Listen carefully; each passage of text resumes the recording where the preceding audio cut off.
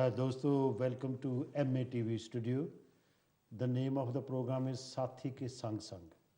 जिवें तुसीं जाणदे हो कि इस प्रोग्राम विच असीं उर्दू के जिहड़े शायर ने वो भी आते हैं, हिंदी के भी आते हैं, गुजराती के भी आते हैं तो पंजाबी के भी आते हैं। अज मैं इसलिए पंजाबी च बोल रहा कि अज मेरे को बहुत ही वधिया दो कवि हैं पंजाबी के जिहड़े कोवेंट्री तो आए हैं और इन्हां ने इन्हां दी जिहड़ी देन है पंजाबी साहित्य विच बड़ी तकड़ी है। इन्हां दी उत्थे एक सभा भी है, बड़ी वो पॉपूलर भी है, वो फंक्शन करते हैं, बड़े लोग उत्थे इकट्ठे होंदे ने। इस तो इलावा ये कम्यूनिटी वास्ते भी बड़े काम करते हैं, बड़े जागरूक ने, पढ़े लिखे ने। दोनों जिहड़े मेरे ये दोस्त शायर हैगे ने ते गज़ल और कविता बड़ी प्रवीणता नाल लिखते हैं। बड़ा इन्हां नूं पता कि कविता की हुंदी है तो इन्हां दे नाल अज आपां गलबात करांगे, इन्हां दी कवितावां सुणांगे। और मैं तुहाडा बहुत ग्रेटफुल है कि तुसीं रिस्पोंड करदे हो फेसबुक ते एंड एवरीवेयर जदों मैं कहना कि आह प्रोग्राम मैं कीता ते तुहाडी बड़ी अच्छा तुहाडा हुंगारा आंदा। तुसीं इस प्रोग्राम नूं देखदे हो, तुसीं इहदे बारे कुछ कहंदे भी हो, सुझाव भी दिंदे हो। जे अगर साडे विच कोई कमज़ोरियां हैगियां तो तुसीं बिल्कुल हिचकिचाहट महसूस नहीं करनी तो तुसीं मैनूं ईमेल दे सकते हो।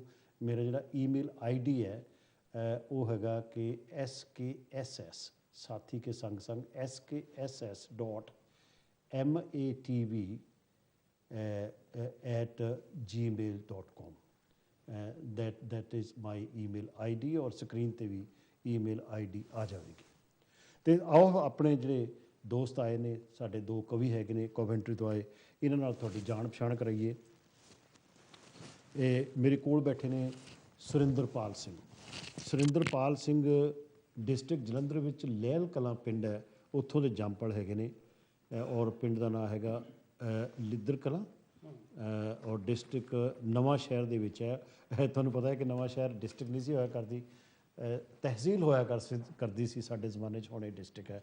उत्थों दे हैगे ने और पोस्ट ग्रैजुएट ने इकनॉमिक्स दे विच और इस देश विच 1981 विच आए हैं। तो इन्हां दा पहला स्वागत करिए। सुरिंदरपाल जी साडे स्टूडियो तुहाडा स्वागत खैर मखतम।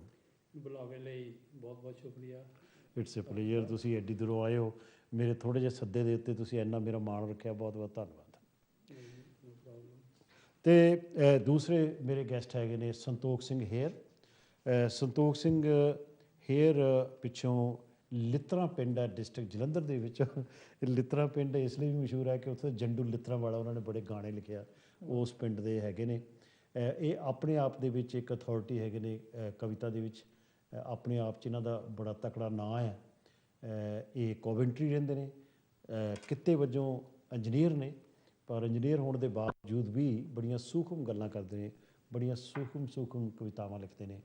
इन्हां दा भी स्वागत करिए। संतोख जी स्वागत है तुहाडा साडे स्टूडियो च। बहुत बहुत मेहरबानी साथी, बहुत बहुत धन्नवाद सानूं TV ते आउण दा मौका देण लई। जीने वसते रहो। It's a pleasure, we will have fun and we will talk and we will also listen to your poetry. तो सब तो पहला मैं ये पुछना चाहुंदा कि कोवेंट्री नाल मैनूं बड़ा मोह है इस करके कि जदों असीं नवें नवें आए सी, मतलब साडे उत्थे यार दोस्त रहिंदे सी, असीं ट्रैवल करदे सी गड्डियां दे विच। उन्हां दिनां च कारां तां किसे कोल हुंदियां नहीं सी ते उत्थों दे लोकां नूं मिलदे सी। उत्थे बारे बड़ियां दिलचस्प गल्लां ये हैगियां कि जदों असीं जाईदा सी तो कहते चलो भी पब नूं चलीए ते पब जाके खूब बीर बूर पी दी सी ना। तो वो साडे पासे जानी इस पासे जिहड़े लंडन च लोग रहिंदे सी कि वो पब जाण दे इन्ने शौकीन नहीं सी। तो साडा उन्होंने नाम पाया सी कि ड्राई एरिए के बंदे। बिल्कुल बिल्कुल सच है। ये जिहड़ा पब कल्चर है उत्थे हजे भी हैगा? ना जी सुरिंदरपाल जी मैं हाँ बहुत घट गया जी हुण अगे नालों कि ट्रैडिशन जिहड़ा है ना चेंज हो गया।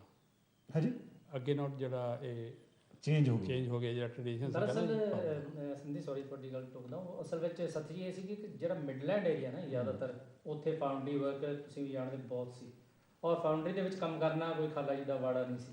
ਉਹ ਫਿਰ ਦਬ ਕੇ 20 ਰੁਪਏ ਫਿਰ ਉਹ ਆਪਣੇ ਆਪ ਨੂੰ ਨਾ ਗਰਮੀ ਦੇ ਵਿੱਚ ਨਾ ਦੇਖੋ ਮੈਂ ਤੁਹਾਨੂੰ ਫਾਊਂਡਰੀ ਦੀ ਇੱਕ ਛੋਟੀ ਜਿਹੀ ਗੱਲ ਦੱਸਦਾ ਕਿ ਉਸ ਟਾਈਮ ਤੇ ਮੈਂ ਵੈਸੇ ਫਾਊਂਡਰੀ ਨਹੀਂ ਦੇਖੀ ਕਿਉਂਕਿ ਤੁਸੀਂ ਤੁਹਾਨੂੰ 52 ਸਾਲ ਹੋ ਗਿਆ ਇਹਨੂੰ ਤੇ ਮੈਨੂੰ 50 ਸਾਲ ਹੋ ਗਏ, ਬਹੁਤਾ ਫਰਕ ਨਹੀਂ ਹੈ। ਉਸ ਵਕਤ ਫਾਊਂਡਰੀ ਦੇ ਸਾਹਮਣੇ ਜੋ ਫਾਊਂਡਰੀ ਦੇ ਵਿੱਚ ਜੋ ਕੰਮ ਕਰਦੇ ਸੀ ਨਾ ਉਹ ਬੋਰੀਆਂ ਆਪਣੇ ਮਤਲਬ ਭੇਜ ਕੇ ਇੱਕ ਤੇ ਉਹ ਲਾ ਦਿੰਦੇ ਸੀ। ਇੰਨੀ ਗਰਮੀ ਸੀ ਔਰ ਉਹਨਾਂ ਦੇ ਭਰਵੱਟੇ ਜਿਹੜੇ ਆ ਨਾ ਉਹ ਗਰਮੀ ਦੇ ਨਾਲ ਜਲ ਜਾਂਦੇ ਸੀ। that is ਸੋ very ਇਹੋ true, ਜਿਹੇ sir. ਕੰਮ ਕਰਨੇ ਤੇ ਫਿਰ ਵੀਰ ਨਾ ਪੀਣੀ that is very true. ਪਰ ਇੱਕ ਪੋਜ਼ਿਟਿਵ ਪੱਖ ਵੀ ਹੈਗਾ ਉਹਨਾਂ ਲੋਕਾਂ ਦਾ ਜਿਨ੍ਹਾਂ ਨੇ ਇੰਨਾ ਹਾਰਡ ਵਰਕ ਕੀਤਾ, ਕਈ ਤਾਂ ਵਿਚਾਰੇ ਇਸ ਦੁਨੀਆ ਵਿੱਚ ਰਹੇ ਵੀ ਨਹੀਂ। ਉਹਨਾਂ ਦਾ ਪੋਜ਼ਿਟਿਵ ਪੱਖ ਇਹ ਹੈ ਕਿ ਉਹਨਾਂ ਨੇ ਇੰਨੀ ਮਿਹਨਤ ਮੁਸ਼ੱਕਤ ਕਰਨ ਵੇਲੇ ਇਹ ਸੋਚਿਆ ਕਿ ਸਾਡੇ ਜਿਹੜੇ ਬੱਚੇ ਆ ਉਹ ਇਹ ਕੰਮ ਨਾ ਕਰਨ ਤੇ ਉਹਨਾਂ ਨੇ ਆਪਣੇ ਬੱਚਿਆਂ ਨੂੰ ਇਨਕਰੇਜ ਕੀਤਾ ਕਿ ਉਹ ਪੜ੍ਹਾਈ ਲਿਖਾਈ ਕਰਨ। ਤੇ ਹੁਣ ਮੈਂ ਜਦੋਂ ਵੀ ਉੱਧਰ ਜਾਂਦਾ ਮਿਡਲੈਂਡ ਦੇ ਵਿੱਚ ਮੈਂ ਇਹ ਦੇਖਦਾ ਹੈ ਕਿ ਉਹਨਾਂ ਲੋਕਾਂ ਦੇ ਬੱਚੇ ਜਿਹੜੇ ਮਤਲਬ ਆਪ ਖੁਦ ਉਹ ਇੰਨੇ ਪੜ੍ਹੇ ਲਿਖੇ ਨਹੀਂ ਸੀ, ਪਰ ਉਹਨਾਂ ਦੇ ਬੱਚੇ ਕੋਈ ਡਾਕਟਰ ਹੈ, ਕੋਈ ਇੰਜੀਨੀਅਰ ਹੈ, ਕੋਈ IT ਇੰਡਸਟਰੀ ਵਿੱਚ ਹੈ, ਕਈਆਂ ਨੇ ਚੰਗੇ ਬਿਜ਼ਨਸ ਕਰ ਰਹੇ ਨੇ। ਮਤਲਬ ਇਟ ਇਜ਼ ਜਾਣੀ ਕਿ ਅਗਲਾ ਜਿਹੜਾ ਭਵਿੱਖ ਹੈ, ਮੁਸਤਕਬਲ ਹੈ ਸਾਡੇ ਲੋਕਾਂ ਦਾ, ਉਹਨਾਂ ਨੇ ਬਣਾ ਦਿੱਤਾ। ਮਤਲਬ ਆਪਣੇ ਬੱਚਿਆਂ ਦਾ ਨਹੀਂ ਬਣਾਇਆ, ਆਪਣੀ ਕਮਿਊਨਿਟੀ ਨੂੰ ਵੀ ਬੜਾ ਕੁਰਬਾਨੀ ਦਿੱਤੀ ਉਹਨਾਂ ਨੇ। ਇਹ ਤਾਂ ਵੈਸੇ ਚੰਗੀ ਗੱਲ ਹੈ ਜੀ ਇੱਕ ਆਪਣੀ ਕਮਿਊਨਿਟੀ ਵਿੱਚ ਕਿ ਅਸੀਂ ਬੱਚਿਆਂ ਨੂੰ ਪੁਸ਼ ਜ਼ਰੂਰ ਕਰਦੇ ਹਾਂ। ਜਸ ਅਸੀਂ ਸਪੈਂਡ ਵੀ ਕਰਦੇ ਹਾਂ, ਉਹਨਾਂ 'ਤੇ ਖਰਚ ਵੀ ਕਰਦੇ ਹਾਂ ਤਾਂ ਜੋ ਚੰਗੀ ਐਜੂਕੇਸ਼ਨ ਲੈ ਸਕਣ ਤੇ ਉਹ ਆਪਣੀ ਲਾਈਫ ਦੇ ਵਿੱਚ ਪ੍ਰੋਗਰੈਸ ਕਰਨ। ਬਿਲਕੁਲ ਇਹ ਇੱਕ ਸਾਡੇ ਮੈਂ ਕਈ ਵਾਰੀ ਕਹਿੰਦਾ ਹੁੰਦਾ ਕਿ ਉਹ ਜਿਹੜੇ ਮਾਪੇ ਆ ਉਹ ਬੜੇ ਬਦਕਿਸਮਤ ਹੈ ਜਿਨ੍ਹਾਂ ਦੇ ਬੱਚੇ ਪੜ੍ਹੇ ਨਹੀਂ। ਹਾਂਜੀ ਮੈਂ ਦੋਸ਼ ਨਹੀਂ ਦਿੰਦਾ, ਕਈ ਵਾਰੀ ਬੱਚਾ ਆਪ ਹੀ ਨਹੀਂ ਪੜ੍ਹਦਾ ਤਾਂ ਮਾਪੇ ਕੀ ਕਰ ਲੈਣਗੇ, ਹੈ ਨਾ। ਪਰ ਬਦਕਿਸਮਤ ਹੈ ਇਸ ਲਈ ਕਿਹਾ ਕਿ ਮੌਕਾ ਸੀਗਾ ਇਸ ਕੰਟਰੀ ਦੇ ਵਿੱਚ, ਹਰ ਕਿਸਮ ਦੀਆਂ ਤੁਹਾਨੂੰ ਫੈਸਿਲਿਟੀਜ਼ ਆ, ਲੇਕਿਨ ਤੁਸੀਂ ਅਵੇਲ ਨਹੀਂ ਕਰ ਪਾਏ। ਇਹ ਇੱਕ ਅਫਸੋਸ ਦੀ ਗੱਲ ਹੁੰਦੀ ਹੈ।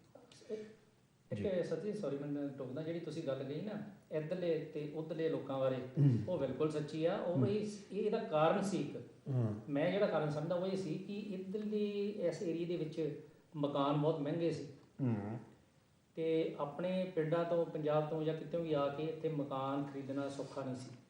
ਔਰ ਇਹ ਲੋਕਾਂ ਨੂੰ ਜਦੋਂ ਮਕਾਨ ਖਰੀਦਣਾ, ਉਹਦੀਆਂ ਕਿਸ਼ਤਾਂ ਵੀ ਦੇਣੀਆਂ ਤੇ ਪੱਬ ਵਿੱਚ ਕਿੱਦਾਂ ਲੈ ਕੇ ਜਾਣਗੇ 10-10 ਬੰਦੇ ਤੁਸੀਂ। There was another issue as well ਕਿ ਇਸ ਏਰੀਏ ਦੇ ਵਿੱਚ ਡਿਫਰੈਂਟ ਕਿਸਮ ਦੀਆਂ ਜੌਬ ਸੀਗੀਆਂ। ਉਸ ਏਰੀਏ ਦੇ ਵਿੱਚ ਡਿਫਰੈਂਟ ਕਿਸਮ ਸੀ। ਜਿਹੜੇ ਲੋਕ ਫਿਜ਼ੀਕਲੀ ਤਕੜੇ ਸੀ ਪਰ ਪੜ੍ਹੇ ਲਿਖੇ ਬਹੁਤੇ ਨਹੀਂ ਸੀ, ਉਹਨਾਂ ਵਾਸਤੇ ਉਹ ਏਰੀਆ ਬਹੁਤ ਸੀਗਾ। ਮੈਂ ਨਹੀਂ ਕਹਿੰਦਾ ਕਿ ਉੱਥੇ ਪੜ੍ਹੇ ਲਿਖੇ ਲੋਕ ਨਹੀਂ ਸੀ। ਨਹੀਂ ਬਿਲਕੁਲ ਸਹੀ।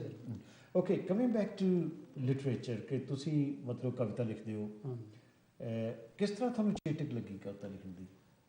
ਚੇਟਕ ਤਾਂ ਸੇਠ ਸਾਹਿਬ ਛੋਟੇ ਹੁੰਦਿਆਂ ਹੀ ਨਾ, ਅਜੇ ਮੈਂ ਸਕੂਲ ਵਿੱਚ ਹੀ ਸੀ ਤੇ ਲਾਊਡ ਸਪੀਕਰ ਹੁੰਦਾ ਸੀ ਨਾ, ਦਿਨਾਂ ਸੁਰਾਂ ਤੇ ਲਾਊਡ ਸਪੀਕਰ ਵੱਜਣੇ। ਤੇ ਮੇਰੇ ਪਿੰਡ ਜਿੱਥੇ ਮੈਂ ਰਹਿੰਦਾ ਸੀ, ਨਾਨਕੇ ਪਿੰਡ, ਤੇ ਉੱਥੇ ਮੈਨੂੰ ਅਜੇ ਵੀ ਨਾਂ ਯਾਦ ਆ, ਸਰਵਣ ਸਿੰਘ ਉਹਦਾ ਨਾਂ ਸੀ। ਉਹ ਸਕੂਲ ਚੋਂ ਪਤਾ ਨਹੀਂ ਮੇਰਾ ਖਿਆਲ 8ਵੀਂ 9ਵੀਂ ਕਰਕੇ ਹਟ ਗਿਆ ਤੇ ਉਹਨੇ ਸਪੀਕਰ ਲੈ ਲਿਆ। ਉਹ ਵਿਆਹ ਸ਼ਾਦੀਆਂ ਦੇ ਦਿਨਾਂ ਸੁਰਾਂ ਤੇ ਜਾਣਾ ਤੇ ਜਦੋਂ ਕਿਤੇ ਨਹੀਂ ਗਿਆ ਹੋਵੇ ਉਹਨ ਘਰੇ ਲਾ ਦੇਣੇ ਗਾਣੇ। ਠੀਕ ਹੈ। ਉਹ ਸਾਰੇ ਪਿੰਡ ਵਿੱਚ ਸੁਣਨੇ ਤੇ ਮੈਨੂੰ ਬੜਾ ਦਿਲ 'ਚ ਆਉਣਾ ਵੀ ਕਈ ਵਾਰੀ ਕੋਈ ਗਾਣਾ ਸੋਹਣਾ ਲੱਗਣਾ ਤੇ ਕੁਛ ਲਿਖਿਆ ਜਾਵੇ। Very nice. ਹਾਂਜੀ, ਗਾਣਾ ਲਿਖਿਆ ਜਾਵੇ ਤੇ ਤੁਸੀਂ ਹੈਰਾਨ ਹੋਵੋਗੇ, ਮੈਂ ਤੁਹਾਨੂੰ 2 ਲਾਈਨਾਂ ਸੁਣਾਉਣਾ ਜੀ। ਉਹ ਸ਼ੁਰੂ ਦੀਆਂ ਬੜਾ, ਅਜੇ ਮੈਂ ਬਚਪਨਾ ਸੀ ਮੇਰੇ 'ਚ ਜਦੋਂ ਕਿ ਮੈਂ ਗਾਣਾ ਲਿਖਿਆ। ਉਹ ਗਾਣਾ ਸੀ ਵੀ ਤੁਸੀਂ ਸੱਸ ਦਾ ਇਵੇਂ ਤਾਂ ਸਮਝਦੇ ਆ ਸਾਡੇ ਸਮਾਜ 'ਚ ਕੀ ਆ। ਇਹ ਨਹੀਂ ਮੈਂ ਕਹਿੰਦਾ ਕਿ ਸੱਸਾਂ ਸਾਰੀਆਂ ਬੁਰੀਆਂ ਹੁੰਦੀਆਂ, ਹਾਂਜੀ, ਪਰ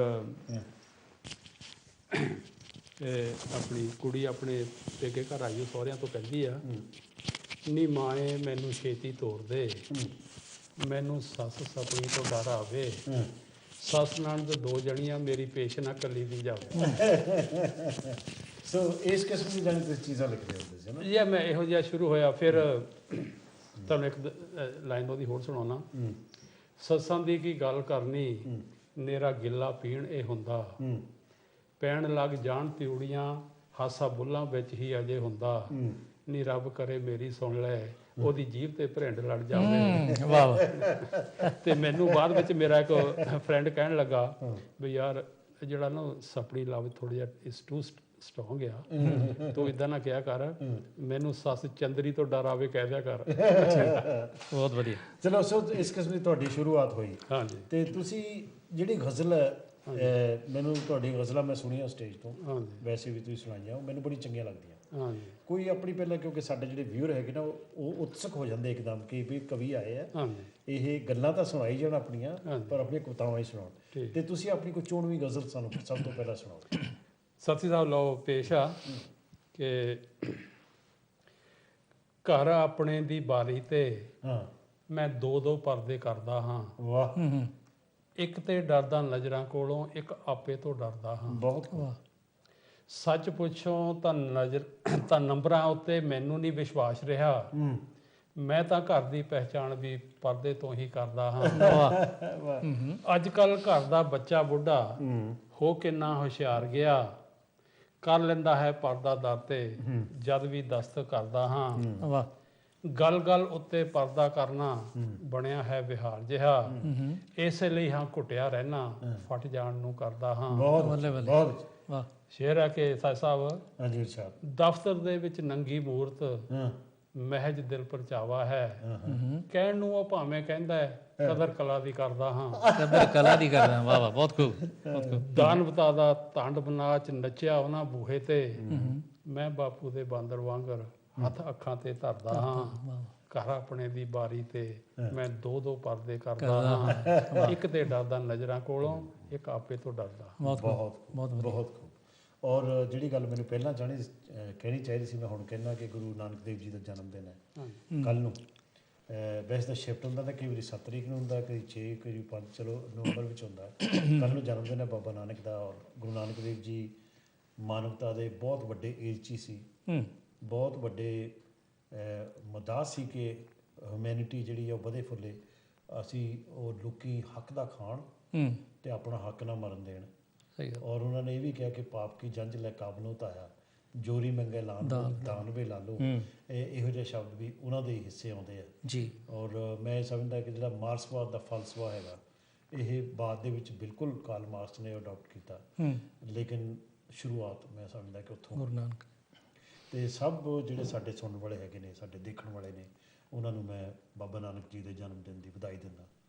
ਔਰ ਰੱਬ ਕਰੇ ਕਿ ਦੁਨੀਆ ਵਿੱਚ ਮਾਨਵਤਾ ਵਧੇ ਫੁੱਲੇ ਔਰ ਅਮਨ ਚੈਨ ਹੋਵੇ, ਸ਼ਾਂਤੀ ਰਹੇ। ਤੁਸੀਂ ਕੋਈ ਗੁਰੂ ਨਾਨਕ ਦੇਵ ਜੀ ਤੇ ਕੋਈ ਲਿਖੀ ਹੋਵੇ ਚੀਜ਼? ਹਾਂਜੀ ਸਾਥੀ ਜੀ, ਮੈਂ ਕੁਝ ਲਾਈਨਾਂ ਲਿਖੀਆਂ ਜੀ। ਪਹਿਲਾਂ ਤਾਂ ਸਾਰੇ ਹੀ ਸਿੱਖ ਜਗਤ ਨੂੰ, ਸਾਰੀ ਹੀ ਲੁਕਾਈ ਨੂੰ ਬਹੁਤ ਬਹੁਤ ਵਧਾਈਆਂ ਗੁਰੂ ਨਾਨਕ ਦੇਵ ਜੀ ਦੇ ਜਨਮ ਦਿਨ ਦੀਆਂ। ਤੇ ਨਾਲ ਹੀ ਕੁਝ ਲਾਈਨਾਂ ਮੈਂ ਲਿਖੀਆਂ, ਲੇਕਿਨ ਮੈਂ ਸਮਝਦਾ ਸਮੇਂ ਦੀ ਮੁਸ਼ਕਲ ਹੋਣ ਕਰਕੇ ਮੈਂ ਜ਼ਿਆਦਾ ਸ਼ਾਇਦ ਨਾ ਬੋਲ ਸਕਾਂ। ਫਿਰ ਵੀ ਮੈਂ ਕੋਸ਼ਿਸ਼ ਕਰਦਾ ਵੀ ਇਹ ਮੈਂ ਗਾ ਕੇ ਨਹੀਂ, ਮੈਂ ਬੋਲ ਕੇ ਪੜ੍ਹਨ ਦੀ ਕੋਸ਼ਿਸ਼ ਕਰਦਾ। ਨੀ ਰੱਖੀ ਸੀ ਸਿੱਖੀ ਦੀ ਬਾਬੇ ਨਾਨਕ, ਊਚ ਨੀਚ ਦਾ ਭੇਟ ਮਤਾਉਣ ਦੇ ਲਈ। ਨੀ ਰੱਖੀ ਸੀ ਸਿੱਖੀ ਦੀ ਬਾਬੇ ਨਾਨਕ, ਊਚ ਨੀਚ ਦਾ ਭੇਟ ਮਿਟਾਉਣ ਦੇ ਲਈ। ਦੱਬੇ ਕੁਚਲੇ ਗਰੀਬਾਂ ਤੇ ਕਾਮਿਆਂ ਨੂੰ, ਜ਼ਾਬਰ ਬਾਬਰਾਂ ਨਾਲ ਲੜਾਉਣ ਦੇ ਲਈ। ਜਾਤ ਪਾਤ ਦੇ ਕੋੜ ਨੂੰ ਦੂਰ ਕਰਕੇ, ਸੁੱਤੀ ਹੋਈ ਲੁਕਾਈ ਜਗਾਉਣ ਦੇ ਲਈ। ਪੜ੍ਹੀ ਬਹੁਤ ਪਰ ਅਮਲ ਨਹੀਂ ਅਸੀਂ ਕੀਤੀ, ਬਾਣੀ ਲਿਖੀ ਗੁਰਾਂ ਸਾਨੂੰ ਸਮਝਾਉਣ ਦੇ ਲਈ। ਪਹਿਲਾਂ ਸੋਚਣਾ ਫਿਰ ਜਵਾਬ ਦੇਣਾ, ਕਿੰਨਾ ਝੂਠ ਇਹ ਕਿੰਨੀ ਸੱਚਾਈ ਲੋਕੋ। ਹੁਕਮ ਨਾਨਕ ਦਾ ਸਿੱਖਾਂ ਨੇ ਮੰਨਿਆ ਨਹੀਂ, ਐਵੇਂ ਸਿੱਖੀ ਦੀ ਦੇਣ ਦਹਾਈ ਲੋਕੋ। ਮਾਫ ਕਰਨਾ, ਹੋ ਸਕਦਾ ਕਿਸੇ ਨੂੰ ਇਹ ਗੱਲ ਬੜੀ ਵੀ ਲੱਗੇ, ਲੇਕਿਨ ਕੋਈ ਐਸੀ ਗੱਲ ਨਹੀਂ। ਇਹ ਅਗਲੀਆਂ ਲਾਈਨਾਂ ਸਾਥੀ ਜੀ, ਸਿੱਖ ਕੌਮ ਦਾ ਬੜਾ ਇਤਿਹਾਸ ਡਾਢਾ, ਵਰ ਕੇ ਫੋਲ ਕੇ ਇਹ ਵਿਚਾਰ ਲੈਣਾ। ਬੰਦੇ ਬਹਾਦਰ ਸਮੇਂ ਜੋ ਬੀਤਿਆ ਸੀ, ਵੱਡਾ ਵਿੱਚ ਇਤਿਹਾਸ ਕੱਲੂ ਘਾਰਾ ਰਹਿਣਾ। ਮਹਾਵਲੀ ਰਣਜੀਤ ਰਾਜੇ ਤਾਈਂ, ਮਹਾਵਲੀ ਰਣਜੀਤ ਸਿੰਘ ਰਾਜੇ ਤਾਈਂ। ਲੋਕਾਂ ਸਦਾ ਹੀ ਸ਼ੇਰੇ ਪੰਜਾਬ ਕਹਿਣਾ। ਝੰਡੇ ਕੇਸਰੀ ਜਿਸ ਝੁਲਾਏ ਜਗ ਤੇ, ਰੱਖਿਆ ਜ਼ੋਰ ਨਾਲ ਸਾਂਭ ਕੋਹਿਨੂਰ ਗਹਿਣਾ। ਦਰਦਨਾਕ ਕਹਾਣੀ ਸਿੱਖ ਰਾਜ ਦਾ ਅੰਤ, ਨਹੀਂ ਜਾਣੀਏ ਸਾਥੋਂ ਭਲਾਈ ਲੋਕੋ। ਗੁਰੂ ਨਾਨਕ ਦਾ ਸਿੱਖਾਂ ਨੇ ਹੁਕਮ ਨਾਨਕ ਦਾ ਸਿੱਖਾਂ ਨੇ ਮੰਨਿਆ ਨਹੀਂ, ਐਵੇਂ ਸਿੱਖੀ ਦੀ ਦੇਣ ਦੁਹਾਈ ਲੋਕੋ। ਤੇ ਅਖੀਰ ਤੇ ਜਾਣਾ ਕਿਉਂਕਿ ਮੈਨੂੰ ਕੱਟਣੀਆਂ ਪੈਣੀਆਂ ਲਾਈਨਾਂ। ਕਹਾਣੀ ਸਦੀਆਂ ਦੀ ਪਲਾਂ ਵਿੱਚ ਕਹਿ ਗਿਆ ਹਾਂ, ਹੋ ਸਕੇ ਤਾਂ ਮੈਨੂੰ ਮਾਫ ਕਰਨਾ। ਗੱਲਾਂ ਕਰਨੀਆਂ ਦੋਸਤੋ ਸੌਖੀਆਂ ਨੇ, ਔਖਾ ਬੜਾ ਜੇ ਪੈ ਸੱਚਾਈ ਜ਼ਰਨਾ। ਲੰਘਦੇ ਸਮੇਂ ਤੇ ਗੌਰ ਨਾਲ ਝਾਤ ਮਾਰੋ, ਮੌਕਾ ਆਉਣ ਤੇ ਇਸ ਇਤਿਹਾਸ ਬਣਨਾ। ਸਿਰ ਸ਼ਰਮ ਨਾਲ ਉਹਨਾਂ ਦਾ ਝੁਕ ਜਾਊ, ਨਵੀਆਂ ਪੀੜ੍ਹੀਆਂ ਸਾਡਾ ਜਦ ਹਾਲ ਪੜ੍ਹਨਾ। ਸਿਆਸੀ ਲੋਕਾਂ ਨੇ ਕੌਮ ਦਾ ਲਾਇਆ ਥੱਲਾ, ਸੌਖੇ ਗੱਲ ਇਹ ਸੱਚੀ ਸੁਣਾਈ ਲੋਕੋ। ਹੁਕਮ ਨਾਨਕ ਦਾ ਸਿੱਖਾਂ ਨੇ ਮੰਨਿਆ ਨਹੀਂ, ਐਵੇਂ ਸਿੱਖੀ ਦੀ ਦੇਣ ਦਹਾਈ ਲੋਕੋ। ਇਹੀ ਗੱਲ ਹੁੰਦੀ ਹੈ ਕਿ ਅਸੀਂ ਸਿਰਫ ਇੱਕ ਕਮਿਊਨਿਟੀ ਦੀ ਗੱਲ ਨਹੀਂ ਕਰਦੇ। ਆਮ ਤੌਰ 'ਤੇ ਜਿਹੜੇ ਮਹਾਂਪੁਰਸ਼ਾਂ ਦੇ ਜਿਹੜੇ ਦਰਸਾਏ ਰਾਹ ਹੁੰਦੇ, ਅਸੀਂ ਉਹਨਾਂ ਤੋਂ ਭਟਕ ਜਾਂਦੇ ਹਾਂ, ਉਹਨਾਂ ਨੂੰ ਫੋਲੋ ਨਹੀਂ ਕਰਦੇ। ਨਹੀਂ ਤਾਂ ਗੁਰੂ ਨਾਨਕ ਦੇਵ ਵਰਗੀਆਂ ਜਿਹੜੀਆਂ ਸ਼ਖਸੀਅਤਾਂ ਨੇ, ਉਹਨਾਂ ਨੇ ਐਡੀਆਂ ਵੱਡੀਆਂ ਗੱਲਾਂ ਕਹੀਆਂ ਨੇ, ਅਗਰ ਉਹਨਾਂ ਨੂੰ ਫੋਲੋ ਕੀਤਾ ਜਾਵੇ ਤਾਂ ਦੁਨੀਆ ਬਹੁਤ ਹੀ ਖੂਬਸੂਰਤ ਹੋ ਸਕਦੀ ਹੈ। ਬਿਲਕੁਲ ਜੀ, ਬਿਲਕੁਲ। ਤੇ ਉਚਾਰਕ ਲਾਈਨਾਂ ਮੈਂ ਕਰਦਾ, ਵੈਸੇ ਪ੍ਰੋਗਰਾਮ ਤਾਂ ਤੁਹਾਡਾ ਆ। ਜਿਸ ਨੇ ਕੁੱਲ ਲੁਕਾਈ ਤਾਰੀ, ਨਾਨਕ ਸੀ ਵਾਹ ਵਾਹ ਜਿਸ ਨੇ ਕੁੱਲ ਲੁਕਾਈ ਤਾਰੀ ਨਾਨਕ ਸੀ, ਲੋਕਾਂ ਦਾ ਵੱਡਾ ਹਿਤਕਾਰੀ ਨਾਨਕ ਸੀ। ਨਾਨਕ ਸੀ, ਵਾਹ ਕਿ ਹੱਕ ਵਾਸਤੇ ਲੜੋ ਤੇ ਹੱਕ ਨਾ ਮਰਨ ਦਿਓ। ਹਾਂ ਹੱਕ ਵਾਸਤੇ ਲੜੋ ਤੇ ਹੱਕ ਨਾਲ ਤੇ ਹੱਕ ਨਾ ਮਰਨ ਦਿਓ, ਮਾਰਕਸ ਤੋਂ ਵੀ ਵੱਡ ਆਕਾਰੀ ਨਾਨਕ ਸੀ। ਨਾਨਕ ਸੀ, ਵਾਹ ਬਹੁਤ ਖੂਬ ਬਹੁਤ ਖੂਬ। ਕਿ ਕਿਰਤੀ ਲੋਕਾਂ ਨਾਲ ਹਮੇਸ਼ਾ ਖੜਦਾ ਸੀ। ਕਿਰਤੀ ਲੋਕਾਂ ਨਾਲ ਹਮੇਸ਼ਾ ਖੜਦਾ ਸੀ, ਲਾਲੋ ਨਾਲ ਸੀ ਜਿਸ ਦੀ ਯਾਰੀ ਨਾਨਕ ਸੀ। ਵਾਹ ਕਿ ਇੱਕ ਹੱਥ ਮਾਲਾ ਦੂਜੇ ਹੱਥ ਕਮੰਡਲ ਸੀ। ਇੱਕ ਹੱਥ ਮਾਲਾ ਦੂਜੇ ਹੱਥ ਕਮੰਡਲ ਸੀ, ਸ਼ਖਸੀਅਤ ਪਰਵਰਦੀਗਾਰੀ ਨਾਨਕ ਸੀ। ਨਾਨਕ ਸੀ, ਵਾਹ ਸ਼ਖਸੀਅਤ ਪਰਵਰਦੀਗਾਰੀ ਨਾਨਕ ਸੀ। ਪਾਤਾਲਾਂ ਆਕਾਸ਼ਾਂ ਦਾ ਜੋ ਜਾਣੂ ਸੀ, ਜਿਸ ਨੂੰ ਰਹਿੰਦੀ ਨਾਮ ਖੁਮਾਰੀ ਨਾਨਕ ਸੀ।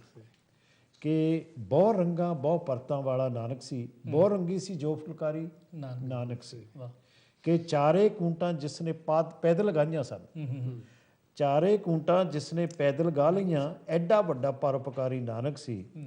ਕਿ ਰਾਜੇ ਸ਼ੀਂਹ ਮੁਕੱਦਮ ਕੁੱਤੇ ਕਿਹਾ ਸੀ ਜਿਸ, ਮੁਗਲ ਹਕੂਮਤ ਜਿਸ ਲਲਕਾਰੀ ਨਾਨਕ ਸੀ। ਕਿ ਵਲੀ ਕੰਧਾਰੀ ਵਰਗੇ ਜਿਸ ਨੂੰ ਕਹਿੰਦੇ ਸਨ, ਆ ਗਏ ਹਾਂ ਹੁਣ ਸ਼ਰਮ ਤੁਮਾਰੀ, ਸ਼ਰਨ ਤੁਮਾਰੀ ਨਾਨਕ ਸੀ। ਵਲੀ ਕੰਧਾਰੀ ਵਰਗੇ ਜਿਸ ਨੂੰ ਕਹਿੰਦੇ ਸਨ, ਆ ਗਏ ਹਾਂ ਹੁਣ ਸ਼ਰਨ ਤੁਮਾਰੀ ਨਾਨਕ ਸੀ। ਜਿਸ ਨੇ ਸ਼ਬਦਾਂ ਨਾਲ ਹੀ ਦੁਸ਼ਮਣ ਜਿੱਤ ਲਏ, ਜਿਸ ਦੇ ਹੱਥ ਸੀ ਕਲਮ ਕਟਾਰੀ ਨਾਨਕ ਸੀ। ਪੀਰ ਫਕੀਰ ਤੇ ਸੂਫੀ ਸ਼ਾਇਰ ਨਾਨਕ ਸੀ। ਪੀਰ ਫਕੀਰ ਤੇ ਸੂਫੀ ਸ਼ਾਇਰ ਨਾਨਕ ਸੀ। ਰਾਮ ਰਹੀਮ ਤੇ ਕ੍ਰਿਸ਼ਨ ਮੁਰਾਰੀ ਨਾਨਕ ਸੀ। ਵਾਹ ਬਹੁਤ ਖੂਬ ਬਹੁਤ ਖੂਬ। ਸੂਝਵਾਨ ਗਿਆਨਵਾਨ ਤੇ ਮਹਾਕਵੀ, ਸਰਵ ਸ੍ਰੇਸ਼ਟ ਗੁਣ ਅਧਿਕਾਰੀ ਨਾਨਕ ਸੀ। ਵਾਹ ਕਿ ਮਹਾਪੁਰਖ ਤੇ ਤਕੜੇ ਜੁੱਸੇ ਵਾਲਾ ਸੀ, ਬਹੁਤ ਬੜਾ ਇੱਕ ਕ੍ਰਾਂਤੀਕਾਰੀ ਨਾਨਕ ਸੀ। ਤੋ ਮੈਂ ਸਿੱਖ ਧਰਮ ਦੀ ਪੱਕੀ ਹੈ ਬੁਨਿਆਦ ਤਦੇ ਜਿਸ ਨੇ ਇਸ ਦੀ ਨੀਂਹ ਉਸਾਰੀ ਨਾਨਕ ਸੀ। ਸੀ, ਵਾਹ ਬਹੁਤ ਖੂਬ ਬਹੁਤ ਵਧੀਆ ਬਹੁਤ ਖੂਬ ਬਹੁਤ ਹੈ ਜੀ। ਕਿ ਸਿੱਖ ਧਰਮ ਦੀ ਪੱਕੀ ਹੈ ਬੁਨਿਆਦ ਤਦੇ ਜਿਸ ਨੇ ਇਸ ਦੀ ਨੀਂਹ ਉਸਾਰੀ ਨਾਨਕ ਸੀ। ਤੋ ਮਕਤਾ ਹੈ ਕਿ ਨਾਨਕ ਸਾਥੀ ਪੀਰ ਤੇ ਮੁਰਸ਼ਿਦ ਸਭ ਕੁਝ ਸੀ। ਨਾਨਕ ਸਾਥੀ ਪੀਰ ਤੇ ਮੁਰਸ਼ਿਦ ਸਭ ਕੁਝ ਸੀ। ਸ਼ਖਸੀਅਤ ਜੋ ਅਤ ਸਤਿਕਾਰੀ ਨਾਨਕ ਸੀ। ਬਹੁਤ ਬਹੁਤ ਵਧੀਆ ਤੋ ਸਾਥੀ, ਉਹ ਮੇਰੇ ਵੱਲੋਂ ਸ਼ਰਧਾ ਦੇ ਫੁੱਲ ਗੁਰੂ ਨਾਨਕ ਦੇਵ ਜੀ ਨੂੰ। ਬਹੁਤ ਵਧੀਆ ਗੱਲ ਇਹ ਹੈ, ਬਹੁਤ ਤੇ ਸੋਹਣੀ ਚੀਜ਼। ਗੁਰੂ ਨਾਨਕ ਦੀ ਸਭ ਤੋਂ ਵੱਡੀ ਸਿਫਤ ਇਹ ਸੀਗੀ ਕਿ ਉਹ ਸਿਰਫ ਸਿੱਖਾਂ ਦਾ ਹੀ ਨਹੀਂ ਸੀ, ਉਹਨੂੰ ਸਾਰੇ ਮਤਲਬ ਪੂਜਦੇ ਸਨ, ਸਾਰੇ ਸਤਿਕਾਰ ਕਰਦੇ ਸਨ, ਖਾਸ ਕਰਕੇ ਮੁਸਲਮਾਨ। ਔਰ ਉਹ ਆਪ ਖੱਤਰੀ ਸੀ, ਹਿੰਦੂ ਸੀ ਉਸ ਵੇਲੇ। ਸਿੱਖ ਤਾਂ ਮਤਲਬ ਜਿਹੜਾ ਸਰੂਪ ਗੁਰੂ ਗੋਬਿੰਦ ਸਿੰਘ ਨੇ ਦਿੱਤਾ ਉਹ ਤਾਂ ਨਹੀਂ ਸੀ ਹੁੰਦਾ, ਪਰ ਉਹਨੂੰ ਸਾਰੇ ਧਰਮਾਂ ਦੇ ਲੋਕ ਜਿਹੜੇ ਸਤਿਕਾਰ ਕਰਦੇ ਸੀ ਗੁਰੂ ਨਾਨਕ ਦੇਵ ਜੀ ਨੂੰ। ਉਹ ਬਗਦਾਦ ਤੱਕ ਵੀ ਗਏ, ਹਰ ਇੱਕ ਪਾਸੇ ਉਹ ਗਏ। ਇਹ ਤਾਂ ਥੋੜ੍ਹਾ ਸਾਥੀ ਜੀ ਪਤਾ ਨਹੀਂ ਸਾਡੇ ਇਤਿਹਾਸ ਦੀ ਕੁਝ ਕਮਜ਼ੋਰ ਸਮਝਦੇ ਆ ਕਿ ਗੁਰੂ ਨਾਨਕ ਦੀ ਫਿਲਾਸਫੀ ਜਾਂ ਗੁਰੂ ਨਾਨਕ ਦਾ ਜੋ ਧਰਮ ਉਹਨਾਂ ਨੇ ਸ਼ੁਰੂ ਕੀਤਾ ਸੀ, ਉਹ ਅਸੀਂ ਕੁਝ ਲੋਕਾਂ ਨੇ ਉਹਨੂੰ ਸੰਭਾਲ ਲਿਆ, ਦਬਾ ਲਿਆ ਅਸੀਂ ਕਿ ਇਹ ਸਿਰਫ ਗੁਰੂ ਨਾਨਕ ਸਾਡੇ ਹੀ ਸੀ। ਹਾਲਾਂਕਿ ਗੁਰੂ ਨਾਨਕ ਤਾਂ ਸਭ ਦੇ ਸੀ, ਸਭ ਦੇ ਸਾਂਝੇ ਸੀ। ਉਹਨਾਂ ਦੀ ਤੁਹਾਡਾ ਕੀ ਖਿਆਲ ਹੈ ਇਹਦੇ ਬਾਰੇ ਕਿ ਗੁਰੂ ਨਾਨਕ ਦੀ ਜਿਹੜਾ ਫਲਸਫਾ ਆ ਹਾਂਜੀ ਭਰਾਤਰੀਅਤਾ ਦਾ, ਇਹ ਬ੍ਰਦਰਹੁੱਡ ਦਾ, ਸਰਵ ਵਿਆਪੀ ਆ ਜੀ। ਔਰ ਮੈਂ ਤਾਂ ਮੈਂ ਉਹਨਾਂ ਦੀ ਆਂਦਾ ਜੀ, ਇੱਕ ਸਾਡੇ ਲੈਸਟਰ ਸ਼ਹਿਰ ਇੱਕ ਸੱਜਣਾ, ਉਹ ਉਹਨਾਂ ਦੀ ਆਂਦਾ ਜੀ ਨੁਮਾਇਸ਼ ਲਾਉਂਦੇ ਹੁੰਦੇ ਆ। ਬੜਾ ਮੈਪ ਉਹਨੀ ਵੱਡਾ, ਉਹਨੀ ਸਾਰੀਆਂ ਉਦਾਸੀਆਂ ਜਿਹੜੀਆਂ ਨਾ ਜੀ ਨਾਨਕ ਸਾਹਿਬ ਦੀਆਂ, ਗੁਰੂ ਸਾਹਿਬ ਦੀਆਂ ਲਾਈਆਂ ਉੱਥੇ। ਮੈਂ ਤਾਂ ਦੇਖ ਕੇ ਹੈਰਾਨ ਹੋ ਗਿਆ, ਉਹ ਕਿੱਥੇ ਕਿੱਥੇ ਤੇ ਗਏ ਔਰ ਪੈਦਲ ਜੀ। ਬਹੁਤ ਵੱਡੀ ਗੱਲ ਹੈ ਤੇ ਬਹੁਤ ਵੱਡੀ ਗੱਲ ਆ। ਔਰ ਤੁਸੀਂ ਦੇਖ ਕੇ ਹੈਰਾਨ ਹੋ ਜਾਂਦੇ ਆ ਵੀ ਕਿੱਦਾਂ ਇਹ ਕਿੰਨਾ ਹਾਊ ਦਿਸ ਇਜ਼ ਪੋਸੀਬਲ। ਚਲੋ ਗੁਰੂ ਨਾਨਕ ਦੇਵ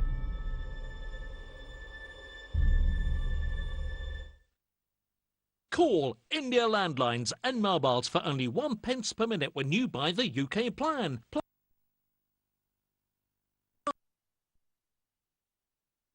ਵੀ ਬਣੀ ਹੋਈ ਹੈ ਜਿਹਦੇ ਵਿੱਚ ਕਿਸਨੇ ਗਾਇਆ ਜੀ ਉਸ ਨੂੰ? ਪਰਮਜੀਤ ਪੰਮਾ ਨਕੋਦਰ ਤੋਂ ਸ਼ਾਇਦ ਆਪਣੇ ਸਿੰਗਰ ਆ ਮੁੰਡਾ, ਅੱਛਾ ਅੱਛਾ। ਉਹਨੇ ਇਹ ਗਾਈ ਸੀ ਮਾਂ। ਆ ਬਹੁਤ ਵਧੀਆ ਗਾਉਂਦੇ ਆ ਜੀ। ਇਹ ਚਲੋ ਮੈਂ ਇਹ ਪਰੇ ਗਾਉਣ ਤੋਂ ਪਹਿਲਾਂ ਨਾ ਅਸੀਂ ਛੋਟੀ ਜਿਹੀ ਬ੍ਰੇਕ ਲੈ ਲਈਏ, ਠੀਕ ਆ, ਤੇ ਬ੍ਰੇਕ ਤੋਂ ਬਾਅਦ ਆਪਾਂ ਗੱਲ ਕਰਦੇ ਹਾਂ। ਤੇ ਦੋਸਤੋ, ਅੱਜ ਸਾਡੇ ਐਮਏ ਟੀਵੀ ਦੇ ਸਟੂਡੀਓ 'ਚ ਦੋ ਬਹੁਤ ਵਧੀਆ ਕਵੀ ਆਏ ਹੋਏ ਨੇ ਪੰਜਾਬੀ ਦੇ। ਇੱਕ ਹੈਗੇ ਆ ਸੁਰਿੰਦਰਪਾਲ ਸਿੰਘ, ਦੂਜੇ ਹੈਗੇ ਨੇ Santokh Singh Hayer. They have both come from Coventry, ਔਰ ਇਹਨਾਂ ਦੇ ਨਾਲ ਅੱਜ ਗੱਲਬਾਤ ਹੋ ਰਹੀ ਹੈ। ਥੋੜ੍ਹੀ ਜਿਹੀ ਬ੍ਰੇਕ, ਉਸ ਤੋਂ ਬਾਅਦ ਆਪਾਂ ਫਿਰ ਮਿਲਦੇ ਹਾਂ।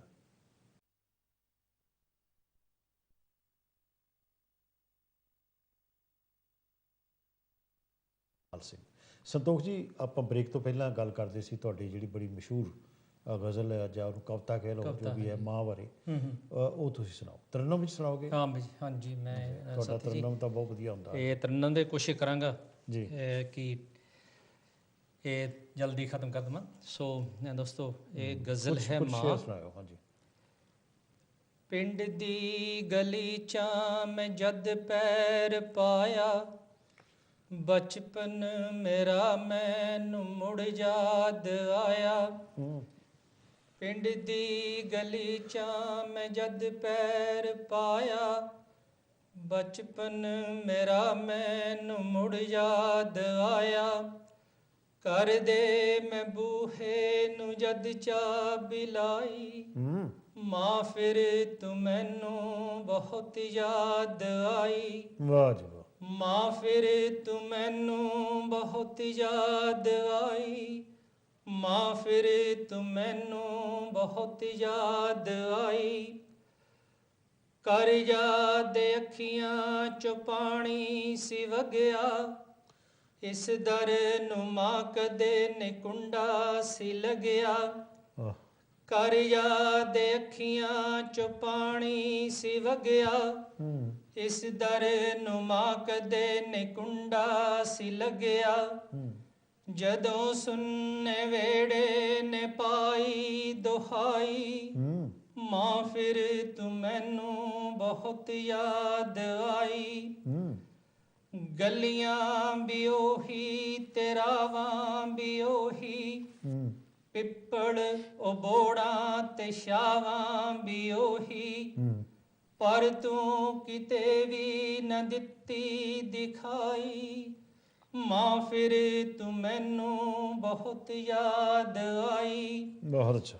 ਲੜਨਾ ਝਗੜਨਾ ਤੇ ਰੁੱਸਣਾ ਮਨਾਉਣਾ, ਬਚਪਨ ਦੇ ਸਮਿਆਂ ਨੇ ਮੁੜ ਕੇ ਨਹੀਂ ਆਉਣਾ। ਲੜਨਾ ਝਗੜਨਾ ਤੇ ਰੁੱਸਣਾ ਮਨਾਉਣਾ, ਬਚਪਨ ਦੇ ਸਮਿਆਂ ਨੇ ਮੁੜ ਕੇ ਨਹੀਂ ਆਉਣਾ। ਮਨ ਦਾ ਨੀ ਗੱਲ ਦਿਲ ਨੂੰ ਬੜੀ ਸਮਝ ਆਈ, ਮਾਂ ਫਿਰ ਤੂੰ ਮੈਨੂੰ ਬਹੁਤ ਯਾਦ ਆਈ। ਮਾਂ ਯਦ ਵੀ ਸੁਪਨੇ 'ਚ ਮੇਰੇ ਤੂੰ ਆਵੇ, ਹਾੜੇ ਮੈਂ ਪਾਵਾਂ ਨਾ ਰੱਬਾ ਮਾਂ ਜਾਵੇ। ਮਾਂ ਜਦ ਵੀ ਸੁਪਨੇ 'ਚ ਮੇਰੇ ਤੂੰ ਆਵੇ, ਹਾੜੇ ਮੈਂ ਪਾਵਾਂ ਨਾ ਰੱਬਾ ਮਾਂ ਜਾਵੇ। ਵਾਹ। ਉਹ ਵੀ ਨੀ ਸੌਖੇ ਦੀ ਸੁਣਦਾ ਦੁਹਾਈ, ਮਾਂ ਫਿਰ ਤੂੰ ਮੈਨੂੰ ਬਹੁਤ ਯਾਦ ਆਈ। ਬੜਾ ਅੱਛਾ ਤਰਨਮ ਹੈ ਜੀ, ਬੜੀ ਅੱਛੀ ਕਵਿਤਾ, ਬਹੁਤ ਹੀ ਸੋਹਣੀ ਨਜ਼ਮ ਹੈ। ਮਾਂ ਨੂੰ ਯਾਦ ਕਰਨ ਲਈ ਉਮਰ ਦਾ ਤਾਂ ਕੋਈ ਤਕਾਜ਼ਾ ਨਹੀਂ ਹੁੰਦਾ। ਬਿਲਕੁਲ। ਮਤਲਬ ਜਿੰਨੇ ਮਰਜ਼ੀ ਤੁਸੀਂ ਬੁੱਢੇ ਹੋ ਜਾਓ, ਫਿਰ ਵੀ ਮਾਂ ਦੀਆਂ ਸੋਚਾਂ ਦੇ ਵਿੱਚ ਅਸੀਂ ਤਸੱਵਰ ਕਰਦੇ ਨਾ ਮਾਂ ਨੂੰ, ਕਿ ਮਾਂ ਦੀਆਂ ਸੋਚਾਂ ਵਿੱਚ ਤੁਸੀਂ ਬੱਚੇ ਹੀ ਹੋ। ਉਹਦੇ ਲਈ ਮੈਂ ਕਿਹਾ ਸੀ ਨਾ ਜੀ, ਮਾਂ ਜਿਸ ਨਾਲ ਬੱਚਾ ਹੁੰਦਾ ਵੀ ਖਾਸ ਆ, ਮਾਂ ਤੋਂ ਬਗੈਰ ਬੁੱਢਾ ਹੋ ਕੇ ਵੀ ਆਮ ਆ। ਬਹੁਤ ਖੂਬ। ਤੁਹਾਡੇ ਕੋਲੋਂ ਵੀ ਮਾਂ ਦੇ ਬਾਰੇ ਨਜ਼ਮ ਸੁਣਦੇ ਆ। ਮਾਂ ਦੇ ਬਾਰੇ ਦੇ ਵਿੱਚ ਬੜੀਆਂ ਨਜ਼ਮਾਂ ਲਿਖੀਆਂ ਗਈਆਂ, ਮਤਲਬ ਕਰੀਆਂ ਬੜੀਆਂ ਹਾਰਟ ਟੱਚਿੰਗ ਹੁੰਦੀਆਂ। ਹੋ ਸਕਦਾ ਹਰ ਇੱਕ ਕਵੀ ਨੇ ਲਿਖੀ ਹੋਵੇ ਗੱਲ। ਜਿਹੜਾ ਤੁਹਾਡਾ ਪਹਿਲਾ ਮਤਲਬ ਸ਼ੁਰੂ ਦੇ ਵਿੱਚ ਤੁਹਾਡੀ ਜਿਹੜੀ ਸੀਗੀ ਨਾ ਚੀਜ਼, ਉਹਦੀ ਮੇਰੀ ਸੋਚਣੀ ਇਹ ਸੀਗੀ ਕਿ ਤੁਸੀਂ ਪਿੰਡ ਜਾਂਦੇ ਹੋ, ਤੁਸੀਂ ਬੂਹਾ ਖੋਲਦੇ ਆ, ਮਾਂ is not there. Is that what you thought? ਜੀ ਬਿਲਕੁਲ ਇਹੀ ਸੀ ਨਾ। ਬਿਲਕੁਲ ਇਹੀ ਗੱਲ ਹੈ। ਅੱਛਾ, ਤੁਸੀਂ ਵੀ ਇੱਕ ਮਾਂ ਦੇ ਬਾਰੇ ਚ ਸਾਥੀ ਸਾਹਿਬ, ਮੈਂ ਇੱਕ ਉਸ ਮਾਂ ਦੀ ਗੱਲ ਕਰਨ ਲੱਗਾ ਜਿਸ ਨੇ ਕਿਸੇ ਦੂਸਰੇ ਬੱਚੇ ਨੂੰ ਵੀ ਆਪਣੇ ਬੱਚੇ ਜਿੰਨਾ ਪਿਆਰ ਦਿੱਤਾ ਹੋਵੇ ਜੀ। ਇਹ ਇੱਕ ਇਹੋ ਜਿਹੀ ਸ਼ਖਸੀਅਤ ਤੋਂ ਪ੍ਰਭਾਵਿਤ ਹੋ ਕੇ ਮੈਂ ਇਹ ਲਿਖੀ ਆ। ਬਹੁਤ ਖੂਬ। ਇਹੋ ਜਿਹੇ ਲੋਕ ਹੈਗੇ ਨੇ, ਇਹੋ ਜਿਹੀਆਂ ਮਾਵਾਂ ਹੈਗੀਆਂ ਨੇ। ਬਿਲਕੁਲ। ਇੱਕ ਮਾਂ ਸੀ ਮੇਰੀ ਬੜੀ ਸ਼ਾਂਕ ਹਨੇਰੀ, ਕੋਈ ਸੁੱਤਾ ਪਿਆ ਸਾਗਰ ਕੋਈ ਸ਼ਾਂਤ ਹਨੇਰੀ, ਇੱਕ ਮਾਂ ਸੀ ਮੇਰੀ। ਨਹੀਂ ਕਰਦਾ ਗੱਲ ਸੁਣੀ ਸੁਣਾਈ, ਗੱਲ ਨਹੀਂ ਕੋਈ ਲੁਕੀ ਲੁਕਾਈ, ਅਜੇ ਮੈਨੂੰ ਸੀ ਹੋਸ਼ ਨਾ ਆਈ, ਮਾਂ ਨੇ ਮੈਨੂੰ ਖੂਬ ਖਿਡਾਇਆ, ਗੋਦ ਬਿਠਾਇਆ ਖੂਬ ਖਿਡਾਇਆ, ਧੁੱਪਿਓਂ ਛਾਵੇਂ ਛਾਵੇਂ ਧੁੱਪੇ ਸੀ ਬਿਠਾਇਆ, ਲੱਗਦਾ ਹੈ ਮਾਂ ਨੇ ਫਰਜ਼ ਨਿਭਾਇਆ। ਜਾਣੋ ਸੀ ਕੋਈ ਸੁਪਨਾ ਆਇਆ, ਮੈਨੂੰ ਆਪਣੀ ਬੁੱਕਲ 'ਚ ਲੈ ਕੇ ਉਸਨੇ ਮੈਨੂੰ ਬਹੁਤ ਖਿਡਾਇਆ। ਬਹੁਤ ਖੇਡੀ ਮੇਰੇ ਨਾਲ ਉਹ, ਬੜਾ ਹੀ ਮੈਨੂੰ ਚੱਟਿਆ ਚੁੰਮਿਆ, ਕੁੱਤ-ਕੁਤਾਰੀਆਂ ਨਾਲ ਹਸਾਇਆ। ਪੈਰਾਂ ਦੀਆਂ ਤਲੀਆਂ ਪਈ ਝੱਸੇ, ਹੱਥ ਘੁੱਟ ਕਾਲਜੇ ਲਾਇਆ। ਉਸ ਵੇਲੇ ਕੁੱਲ ਦੁਨੀਆ ਅੰਦਰ ਦੂਜਾ ਕੋਈ ਹੋਰ ਨਹੀਂ ਸੀ। ਇੱਕ ਮੈਂ ਸੀ, ਇੱਕ ਮਾਂ ਸੀ ਮੇਰੀ, ਬੜੀ ਠੰਡੀ ਸ਼ਾਂਕ ਨੇਰੀ। ਬਹੁਤ ਅੱਛਾ, ਬਹੁਤ ਅੱਛਾ, ਬਹੁਤ ਅੱਛਾ। ਉਹ ਸੁਪਨਾ ਸੀ ਸੱਚਾ ਸੁਪਨਾ, ਉਹ ਸੁਪਨਾ ਮੁੜ ਕੇ ਨਹੀਂ ਆਇਆ। ਜਿਸ ਦੀ ਉਂਗਲ ਫੜ ਮੈਂ ਖੜਨਾ, ਰੋਣਾ, ਤੁਰਨਾ ਸਿੱਖਿਆ। ਹੱਸਣਾ ਸਿੱਖਿਆ, ਰੋਣਾ ਸਿੱਖਿਆ। ਅੜ ਜਾਣਾ ਮੰਨ ਕੇ ਨਾ ਮੰਨਣਾ, ਹਾਰਨਾ ਅਤੇ ਹਰਾਉਣਾ ਸਿੱਖਿਆ। ਨਹੀਂ ਮੰਨਣਾ ਤਾਂ ਮਰਜ਼ੀ ਸਾਡੀ, ਬੜੀ ਸੋਚ ਆਜ਼ਾਦ ਹੈ ਸਾਡੀ। ਮਾਂ ਵੀ ਸ਼ਾਇਦ ਕਹਿੰਦੀ ਹੋ ਸੀ, ਬੜੀ ਨੇਕ ਔਲਾਦ ਹੈ ਸਾਡੀ। ਨਹੀਂ ਨਹੀਂ ਮੈਂ ਸਭ ਭਰਿਆ ਫਿਸਿਆ, ਮੈਂ ਤਾਂ ਨਹੀਂ ਸੀ ਕਹਿਣਾ ਮਿੱਥਿਆ। ਜੋ ਕਹਾਂਗਾ ਸੱਚ ਕਹਾਂਗਾ, ਮੈਂ ਜੋ ਵੀ ਸਿੱਖਿਆ ਮਾਂ ਤੋਂ ਸਿੱਖਿਆ। ਬਹੁਤ ਬਹੁਤ ਬਹੁਤ ਬਹੁਤ ਅੱਛਾ। ਮੇਰਾ ਕੋਈ ਉਸਤਾਦ ਨਹੀਂ ਹੈ, ਮੈਂ ਜੋ ਸਿੱਖਿਆ ਮਾਂ ਤੋਂ ਸਿੱਖਿਆ। ਬੇਬਸੇ ਬੇਹੱਥੇ ਹੋਣਾ, ਇਸ ਤੋਂ ਕੁਝ ਮਾੜਾ ਨਹੀਂ ਹੁੰਦਾ। ਬੇਬਸੇ ਬੇਹੱਥੇ ਹੋਣਾ, ਇਸ ਤੋਂ ਕੁਝ ਮਾੜਾ ਨਹੀਂ ਹੁੰਦਾ। ਅਹਿਸਾਨਾਂ ਦੀ ਇੱਕ ਪੰਡ ਨਾਲੋਂ ਕੁਝ ਵੀ ਤੇ ਭਾਰਾ ਨਹੀਂ ਹੁੰਦਾ। ਗੱਲ ਜਦੋਂ ਫਰਜ਼ਾਂ ਤੇ ਆਈ, ਔਖਾ ਭਾਰ ਵੀ ਚੱਕਣਾ ਸਿੱਖਿਆ। ਮੈਂ ਤਾਂ ਇਹ ਸਭ ਕੁਝ ਮਾਂ ਤੋਂ ਸਿੱਖਿਆ। ਬਹੁਤ ਅੱਛਾ, ਬਹੁਤ ਬਹੁਤ ਅੱਛਾ। ਮੈਂ ਇਹ ਸਭ ਕੁਝ ਮਾਂ ਤੋਂ ਸਿੱਖਿਆ। ਉਹ ਵੀ ਨਹੀਂ ਕਿਸੇ ਤੋਂ ਲੁਕਿਆ, ਜੋ ਸੀ ਮੈਂ ਸਕੂਲੇ ਸਿੱਖਿਆ। ਕਹਾਣੀ ਨਾ ਕੋਈ ਲੰਮੀ ਚੌੜੀ, ਉਹ ਤੇ ਹੈ ਬਸ ਗਿਣਿਆ ਮਿੱਥਿਆ। ਥੋੜੀ ਜਿਹੀ ਚਲਾਕੀ ਸਿੱਖੀ, ਥੋੜਾ ਗੁਰ ਰੁਜ਼ਗਾਰ ਦਾ ਸਿੱਖਿਆ। ਜਿਸ ਦੀ ਕੋਈ ਮਿਆਦ ਨਹੀਂ ਹੈ, ਜੋ ਸਾਡੇ ਦਰਕਾਰ ਨਹੀਂ ਹੈ। ਹੋਰ ਤੇ ਗੱਲਾਂ ਸਭੇ ਸੱਚੀਆਂ, ਮਾਂ ਜਿਹੜਾ ਉਸਤਾਦ ਨਹੀਂ ਹੈ, ਮਾਂ ਜਿਹੜਾ ਵਿਸਮਾਦ ਨਹੀਂ ਹੈ। ਅੱਜ ਹੁਣ ਮੈਂ ਕੱਲ੍ਹ ਦੀ ਗੱਲ ਨਹੀਂ ਕਰਦਾ, ਨਾ ਹੀ ਕੋਈ ਸੁਪਨਾ ਆਇਆ। ਜਦੋਂ ਕਦੀ ਵੀ ਸੋਚੀ ਖੁੱਬਾਂ ਵਹਿਣੀ ਰੁੜਿਆ, ਜਾਂ ਫਿਰ ਦਿਲ ਵਿਰਾਗ 'ਚ ਆਇਆ। ਮਾਂ ਮੇਰੀ ਦਾ ਮੋਹ ਦਾ ਸੇਕ ਮੈਨੂੰ ਤੇ ਬੜੀ ਦੂਰੋਂ ਆਇਆ। ਹੁਣੇ ਤਾਂ ਮੇਰੇ ਕੋਲ ਖੜੀ ਸੀ, ਹੱਥਾਂ ਦੇ ਵਿੱਚ ਛੜੀ ਫੜੀ ਸੀ। ਹੁਣੇ ਤਾਂ ਮੇਰੇ ਕੋਲ ਖੜੀ ਸੀ, ਹੱਥਾਂ ਦੇ ਵਿੱਚ ਛੜੀ ਫੜੀ ਸੀ। ਸੀਨੇ ਵਿੱਚ ਸੀ ਦਰਦ ਲੁਕਾਇਆ, ਪਰ ਅੱਖਾਂ ਵਿੱਚ ਲੋਹ ਬੜੀ ਸੀ। ਸੀਨੇ ਵਿੱਚ ਸੀ ਦਰਦ ਲੁਕਾਇਆ, ਪਰ ਅੱਖਾਂ ਵਿੱਚ ਲੋਹ ਬੜੀ ਸੀ। ਹੱਥ ਉਹਦੇ ਮੈਨੂੰ ਕੰਬਦੇ ਲੱਗੇ, ਜਿੰਨੀ ਹੱਥੀਂ ਬਰਕਤ ਬੜੀ ਸੀ। ਬਹੁਤ ਅੱਛਾ। ਹੱਥ ਉਹਦੇ ਮੈਨੂੰ ਕੰਬਦੇ ਲੱਗੇ, ਜਿੰਨੀ ਹੱਥੀਂ ਬਰਕਤ ਬੜੀ ਸੀ। ਮੈਨੂੰ ਪੁੱਤ ਕਹਿ ਕੇ ਸੀ ਬੁਲਾਇਆ, ਮੇਰਾ ਦਿਲ ਵੀ ਮੂੰਹ ਨੂੰ ਆਇਆ।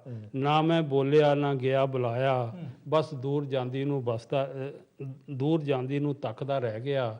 ਲੋਕਾਂ ਤਾਈਂ ਦੱਸਦਾ ਰਹਿ ਗਿਆ, ਲੋਕੋ ਉਹ ਤਾਂ ਮਾਂ ਸੀ ਮੇਰੀ, ਬੜੀ ਠੰਡੀ ਸ਼ਾਂਕ ਨੇਰੀ। ਤੁਸੀਂ ਹੈਰਾਨ ਹੋਵੋਗੇ ਜੇ ਮੈਂ ਦੱਸਾਂ, ਮੈਂ ਨਹੀਂ ਉਸ ਨੂੰ ਜੰਮਿਆ, ਉਸ ਨੂੰ ਤੇ ਮਮਤਾ ਜੰਮੀ ਬੜੀ ਉੱਚੀ ਲੰਬੀ।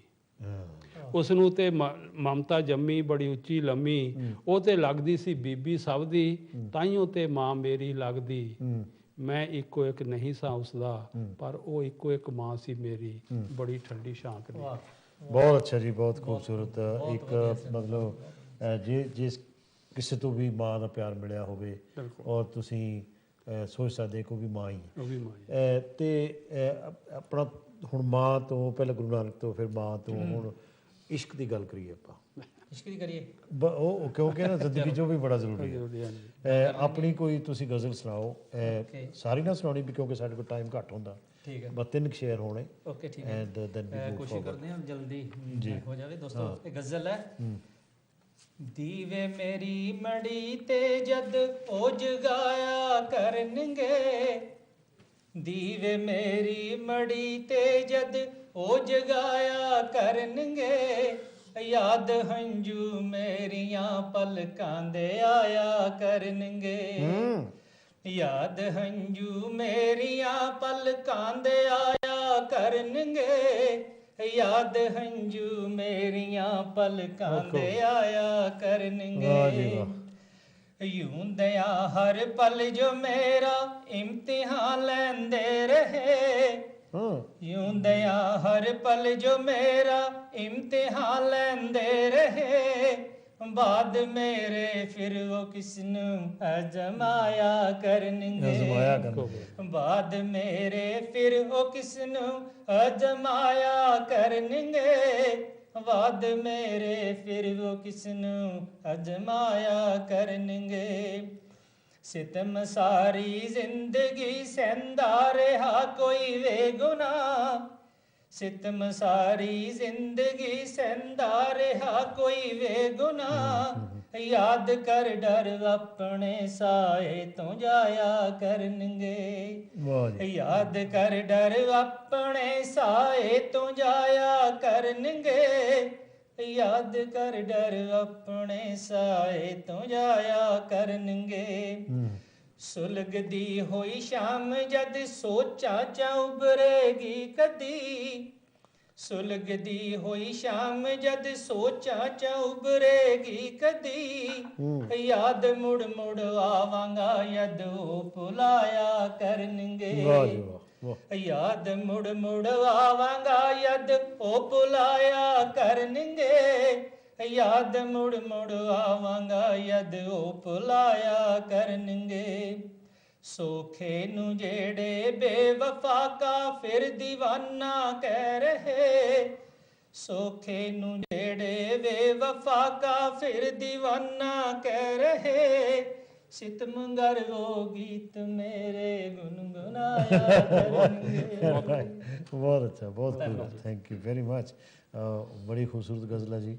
ਔਰ ਤੁਸੀਂ ਵੀ ਲੱਗਦੇ ਹੱਥ ਹਾਂ ਜੀ ਕਿਉਂ ਜੀ ਮੈਂ ਬਿਲਕੁਲ ਤੁਹਾਨੂੰ ਮੈਂ ਕਹਿਣ ਹੀ ਲੱਗਾ ਸੀ ਕੋਈ ਸ਼ੇਰ ਸੁਣਾਉਣ ਲੱਗਾ ਹਾਂ ਮੈਂ ਪੜ੍ਹ ਕੇ ਸੁਣਾਉਂਗਾ ਹਾਲ ਦਿਲ ਦਾ ਇਹ ਕਦੇ ਹੋਇਆ ਨਹੀਂ ਇੰਜ ਇਹ ਪਹਿਲਾਂ ਕਦੇ ਰੋਇਆ ਨਹੀਂ ਹਾਲ ਦਿਲ ਦਾ ਇਹ ਕਦੇ ਹੋਇਆ ਨਹੀਂ ਇੰਜ ਇਹ ਪਹਿਲਾਂ ਕਦੇ ਰੋਇਆ ਨਹੀਂ ਮੈਂ ਗਿਲਾ ਉਸ ਤੇ ਕਰਾਂ ਵੀ ਕਿਸ ਤਰ੍ਹਾਂ ਵਾਰ ਕਰ ਉਹ ਰੂਬਰੂ ਹੋਇਆ ਨਹੀਂ ਵਾਹ ਇੱਕ ਵਾਰੀ ਫਿਰ ਕਹੋ ਹਾਂਜੀ ਮੈਂ ਗਿਲਾ ਉਸ ਤੇ ਕਰਾਂ ਵੀ ਕਿਸ ਤਰ੍ਹਾਂ ਵਾਰ ਕਰ ਉਹ ਰੂਬਰੂ ਵਾਰ ਕੀਤਾ ਨਹੀਂ ਹੋ ਠੀਕ ਹੈ ਰੂਬਰੂ ਹੋਇਆ ਨਹੀਂ ਆਪਣਾ ਬਣਿਆ ਨਹੀਂ ਤਾਂ ਨਾ ਸਹੀ ਗੈਰ ਵੀ ਤਾਂ ਹਾਲੇ ਹੋਇਆ ਨਹੀਂ ਇਹ ਵਧੀਆ ਇਹ ਹੌਸਲੇ ਵਾਲੀ ਗੱਲ ਹੈ दिल के बहलाने के लिए गालिब ख्याल अच्छा है ਰੋਕ ਲੈਂਦਾ ਸ਼ੇਰ ਅਗਲਾ ਕਿ ਰੋਕ ਲੈਂਦਾ ਜਾਂਦਾ ਜੇ ਉਹ ਰੁੱਸ ਕੇ ਹੱਸ ਕੇ ਜਾਂਦੇ ਨੂੰ ਫੜ ਹੋਇਆ ਨਹੀਂ ਰੋਕ ਲੈਂਦਾ ਜਾਂਦਾ ਜੇ ਉਹ ਰੁੱਸ ਕੇ ਹੱਸ ਕੇ ਜਾਂਦੇ ਨੂੰ ਫੜ ਹੋਇਆ ਨਹੀਂ ਰਹਿ ਗਏ ਸਾਰੇ ਮੂੰਹ ਮੇਰਾ ਰੱਖਦੇ ਦਾਗ ਦਿਲ ਦਾ ਪਰ ਕਿਸੇ ਹੋਇਆ ਨਹੀਂ ਪੁੱਛਦੇ ਚਿਹਰੇ ਤੋਂ ਕੀ ਹੋ ਦੋਸਤੋ ਪੁੱਛਦੇ ਚਿਹਰੇ ਤੋਂ ਕੀ ਹੋ ਦੋਸਤੋ ਦਿਲ ਤੋਂ ਪੁੱਛੋ ਹੋਇਆ ਕੀ ਹੋਇਆ ਨਹੀਂ ਪਾ ਥੋੜੀ ਹੋਰ ਪਾ ਕੋਈ ਸਾਖੀਆ ਹੋਸ਼ ਮੈਂ ਪੂਰਾ ਅਜੇ ਖੋਇਆ ਨਹੀਂ ਤੇ ਤੁਹਾਡਾ ਵਾਲਾ ਸ਼ੇਰ ਆ ਕੇ ਇਸ਼ਕ ਦਾ ਇਹ ਰੋਗ ਹੈ ਕਿੰਨਾ ਅਜੀਬ ਮਰ ਗਈ ਦੇ ਦਿਲ ਅਜੇ ਮੋਇਆ ਨਹੀਂ ਵਾਹ ਵਾਹ ਵਾਹ ਵਾਹ ਇਸ਼ਕ ਦਾ ਇਹ ਰੋਗ ਹੈ ਕਿੰਨਾ ਅਜੀਬ ਮਰ ਗਈ ਦੇ ਦਿਲ ਅਜੇ ਮੋਇਆ ਨਹੀਂ ਕੀ ਬਾਤ ਹੈ ਅੱਛਾ ਤੁਸੀਂ ਇਸ ਕੰਟਰੀ ਦੇ ਵਿੱਚ 1981 ਚ ਆਏ ਹਾਂਜੀ ਉਹ ਸਾਡੇ ਵਾਸਤੇ ਤਾਂ ਫਰੈਸ਼ ਹੀ ਹੈ ਜੀ ਜੀ ਬਿਲਕੁਲ ਨਾ ਉਹ ਦੂਸਰਾ ਨਾਮ ਸੀ ਉਹ ਵੀ ਜਾਣਦੇ ਹੋ ਕੋਈ ਗੱਲ ਨਹੀਂ ਅੱਛਾ ਤੁਸੀਂ ਉੱਥੇ ਵਿਆਹ ਕਰਾਉਣਾ ਆਏ ਸੀ ਠੀਕ ਹੈ ਨਾ ਹਾਂਜੀ ਇਦਾਂ ਹੀ ਕਹੋ ਵਿਆਹ ਕਰਾ ਕੇ ਵੀ ਤੁਸੀਂ ਪੱਕੇ ਹੋ ਗਏ ਤੇ ਇਹਦਾ ਮਤਲਬ ਤੁਸੀਂ ਡਿਊਕ ਹੋ ਮੈਂ ਦੱਸੀ ਸੀ ਡਿਊਕ ਦੀ ਗੱਲ ਤਾਂ ਡਿਊਕ ਆਫ ਐਡਨਬਰਗ ਵੀ ਨਾ ਗ੍ਰੀਸ ਤੋਂ ਆ ਕੇ ਇੱਥੇ ਕੁਈਨ ਨਾਲ ਵਿਆਹ ਕਰਾ ਕੇ ਪੱਕੇ ਹੋਏ ਸੀ ਇਸ ਕਰਕੇ ਤੁਹਾਡਾ ਜਿਹੜਾ ਨਾ ਆਪਣੇ ਆਪ ਹੀ ਤੁਹਾਨੂੰ ਖਿਤਾਬ ਮਿਲ ਗਿਆ ਡਿਊਕ ਦਾ ਮੈਂ ਉਹੀ ਕਹਿੰਦਾ ਨਾ ਤੁਸੀਂ ਚੰਗਾ ਕੀਤਾ ਜਿਹੜਾ ਇਹਨੇ ਚੰਗਾ ਕੀਤਾ ਦੱਸਤਾ ਅਸੀਂ ਯਾਦ ਰੱਖਾਂਗੇ ਅੱਛਾ ਇਹ ਜਿਹੜਾ ਤੁਹਾਡਾ ਕਵੈਂਟਰੀ ਦਾ ਜਿਹੜਾ ਮਾਹੌਲ ਹੈ ਸਾਹਿਤਕ ਮਾਹੌਲ ਹੈ ਜਿਹੜਾ ਉਹ ਆਪਾਂ ਜਾਂਦੇ ਰਹੀਦਾ ਮਤਲਬ ਜਿਸ ਵੇਲੇ ਸਾਡੀ ਕਾਨਫਰੰਸਾਂ ਹੁੰਦੀਆਂ ਨੇ ਕਿਹੋ ਜਿਹਾ ਹੈਗਾ ਉੱਥੇ ਆਮ ਲੋਕ ਜੁੜਦੇ ਆ ਕਿ ਨਹੀਂ ਕਿਉਂਕਿ ਸਾਨੂੰ ਜਿਹੜੇ ਲੇਖਕ ਲੋਕ ਇਹਨਾਂ ਨਾਲ ਆਮ ਲੋਕ ਨਹੀਂ ਜੁੜਦੇ ਇਹ ਸਤੀ ਸੌਰੀ ਮੈਂ ਸਿੰਦਾ ਤੁਸੀਂ ਵੀ ਆਪਣੇ ਸੋਚ ਲਿਓ ਪਰ ਮੈਂ ਜੋ ਇਹਨਾਂ ਦੀ ਜੇ ਗੱਲ ਦੇ ਬਾਰੇ ਸੋਚ ਰਿਹਾ ਉਹ ਇਹ ਹੈਗਾ ਕਿ ਸਤੀ ਜੀ ਆਪਾਂ ਨੂੰ ਪਤਾ ਕਿ ਪਹਿਲੀ ਤਾਂ ਗੱਲ ਆ ਕਿ ਜਿਹੜੀ ਇਹ ਸਾਹਿਤ ਦੇ ਵਿੱਚ ਬਹੁਤ ਘੱਟ ਲੋਕਾਂ ਨੂੰ ਸ਼ੌਕ ਆ, ਬਹੁਤ ਜ਼ਿਆਦਾ ਲੋਕਾਂ ਨੂੰ Interest ਨਹੀਂ ਸਾਹਿਤ ਹੈ। ਬਾਰੇ ਸ਼ੌਕ ਇੰਟਰਸਟ ਨਹੀਂ ਹੈ। ਦੂਸਰੀ ਗੱਲ ਇਹ ਹੈਗੀ ਆ ਕਿ ਜਿਸ ਤਰ੍ਹਾਂ ਅਸੀਂ ਮਰਦੇ ਜਾ ਰਹੇ ਹਾਂ ਬੁੱਢੇ ਤੇ ਉਸ ਤਰ੍ਹਾਂ ਇਹ ਹੋਰ ਘਟਦਾ ਜਾਣਾ। ਇਹ ਆਪਾਂ ਨੂੰ ਇਹ ਬਹੁਤ ਉਮੀਦ ਨਹੀਂ ਰੱਖਣੀ ਜੀ। ਸਿਰਫ ਇੱਕ ਉਮੀਦ ਆ ਕਿ ਜਿਹੜੇ ਯੰਗ ਮੁੰਡੇ ਇੰਡੀਆ ਤੋਂ ਜਾਂ ਕੁੜੀਆਂ ਲੜਕੀਆਂ ਇੰਡੀਆ ਤੋਂ ਆ ਰਹੀਆਂ ਉਹ ਥੋੜਾ ਇਹਨੂੰ ਜਿੰਦਾ ਰੱਖਣਗੇ ਬਾਅਦ ਵਿੱਚ ਵੀ।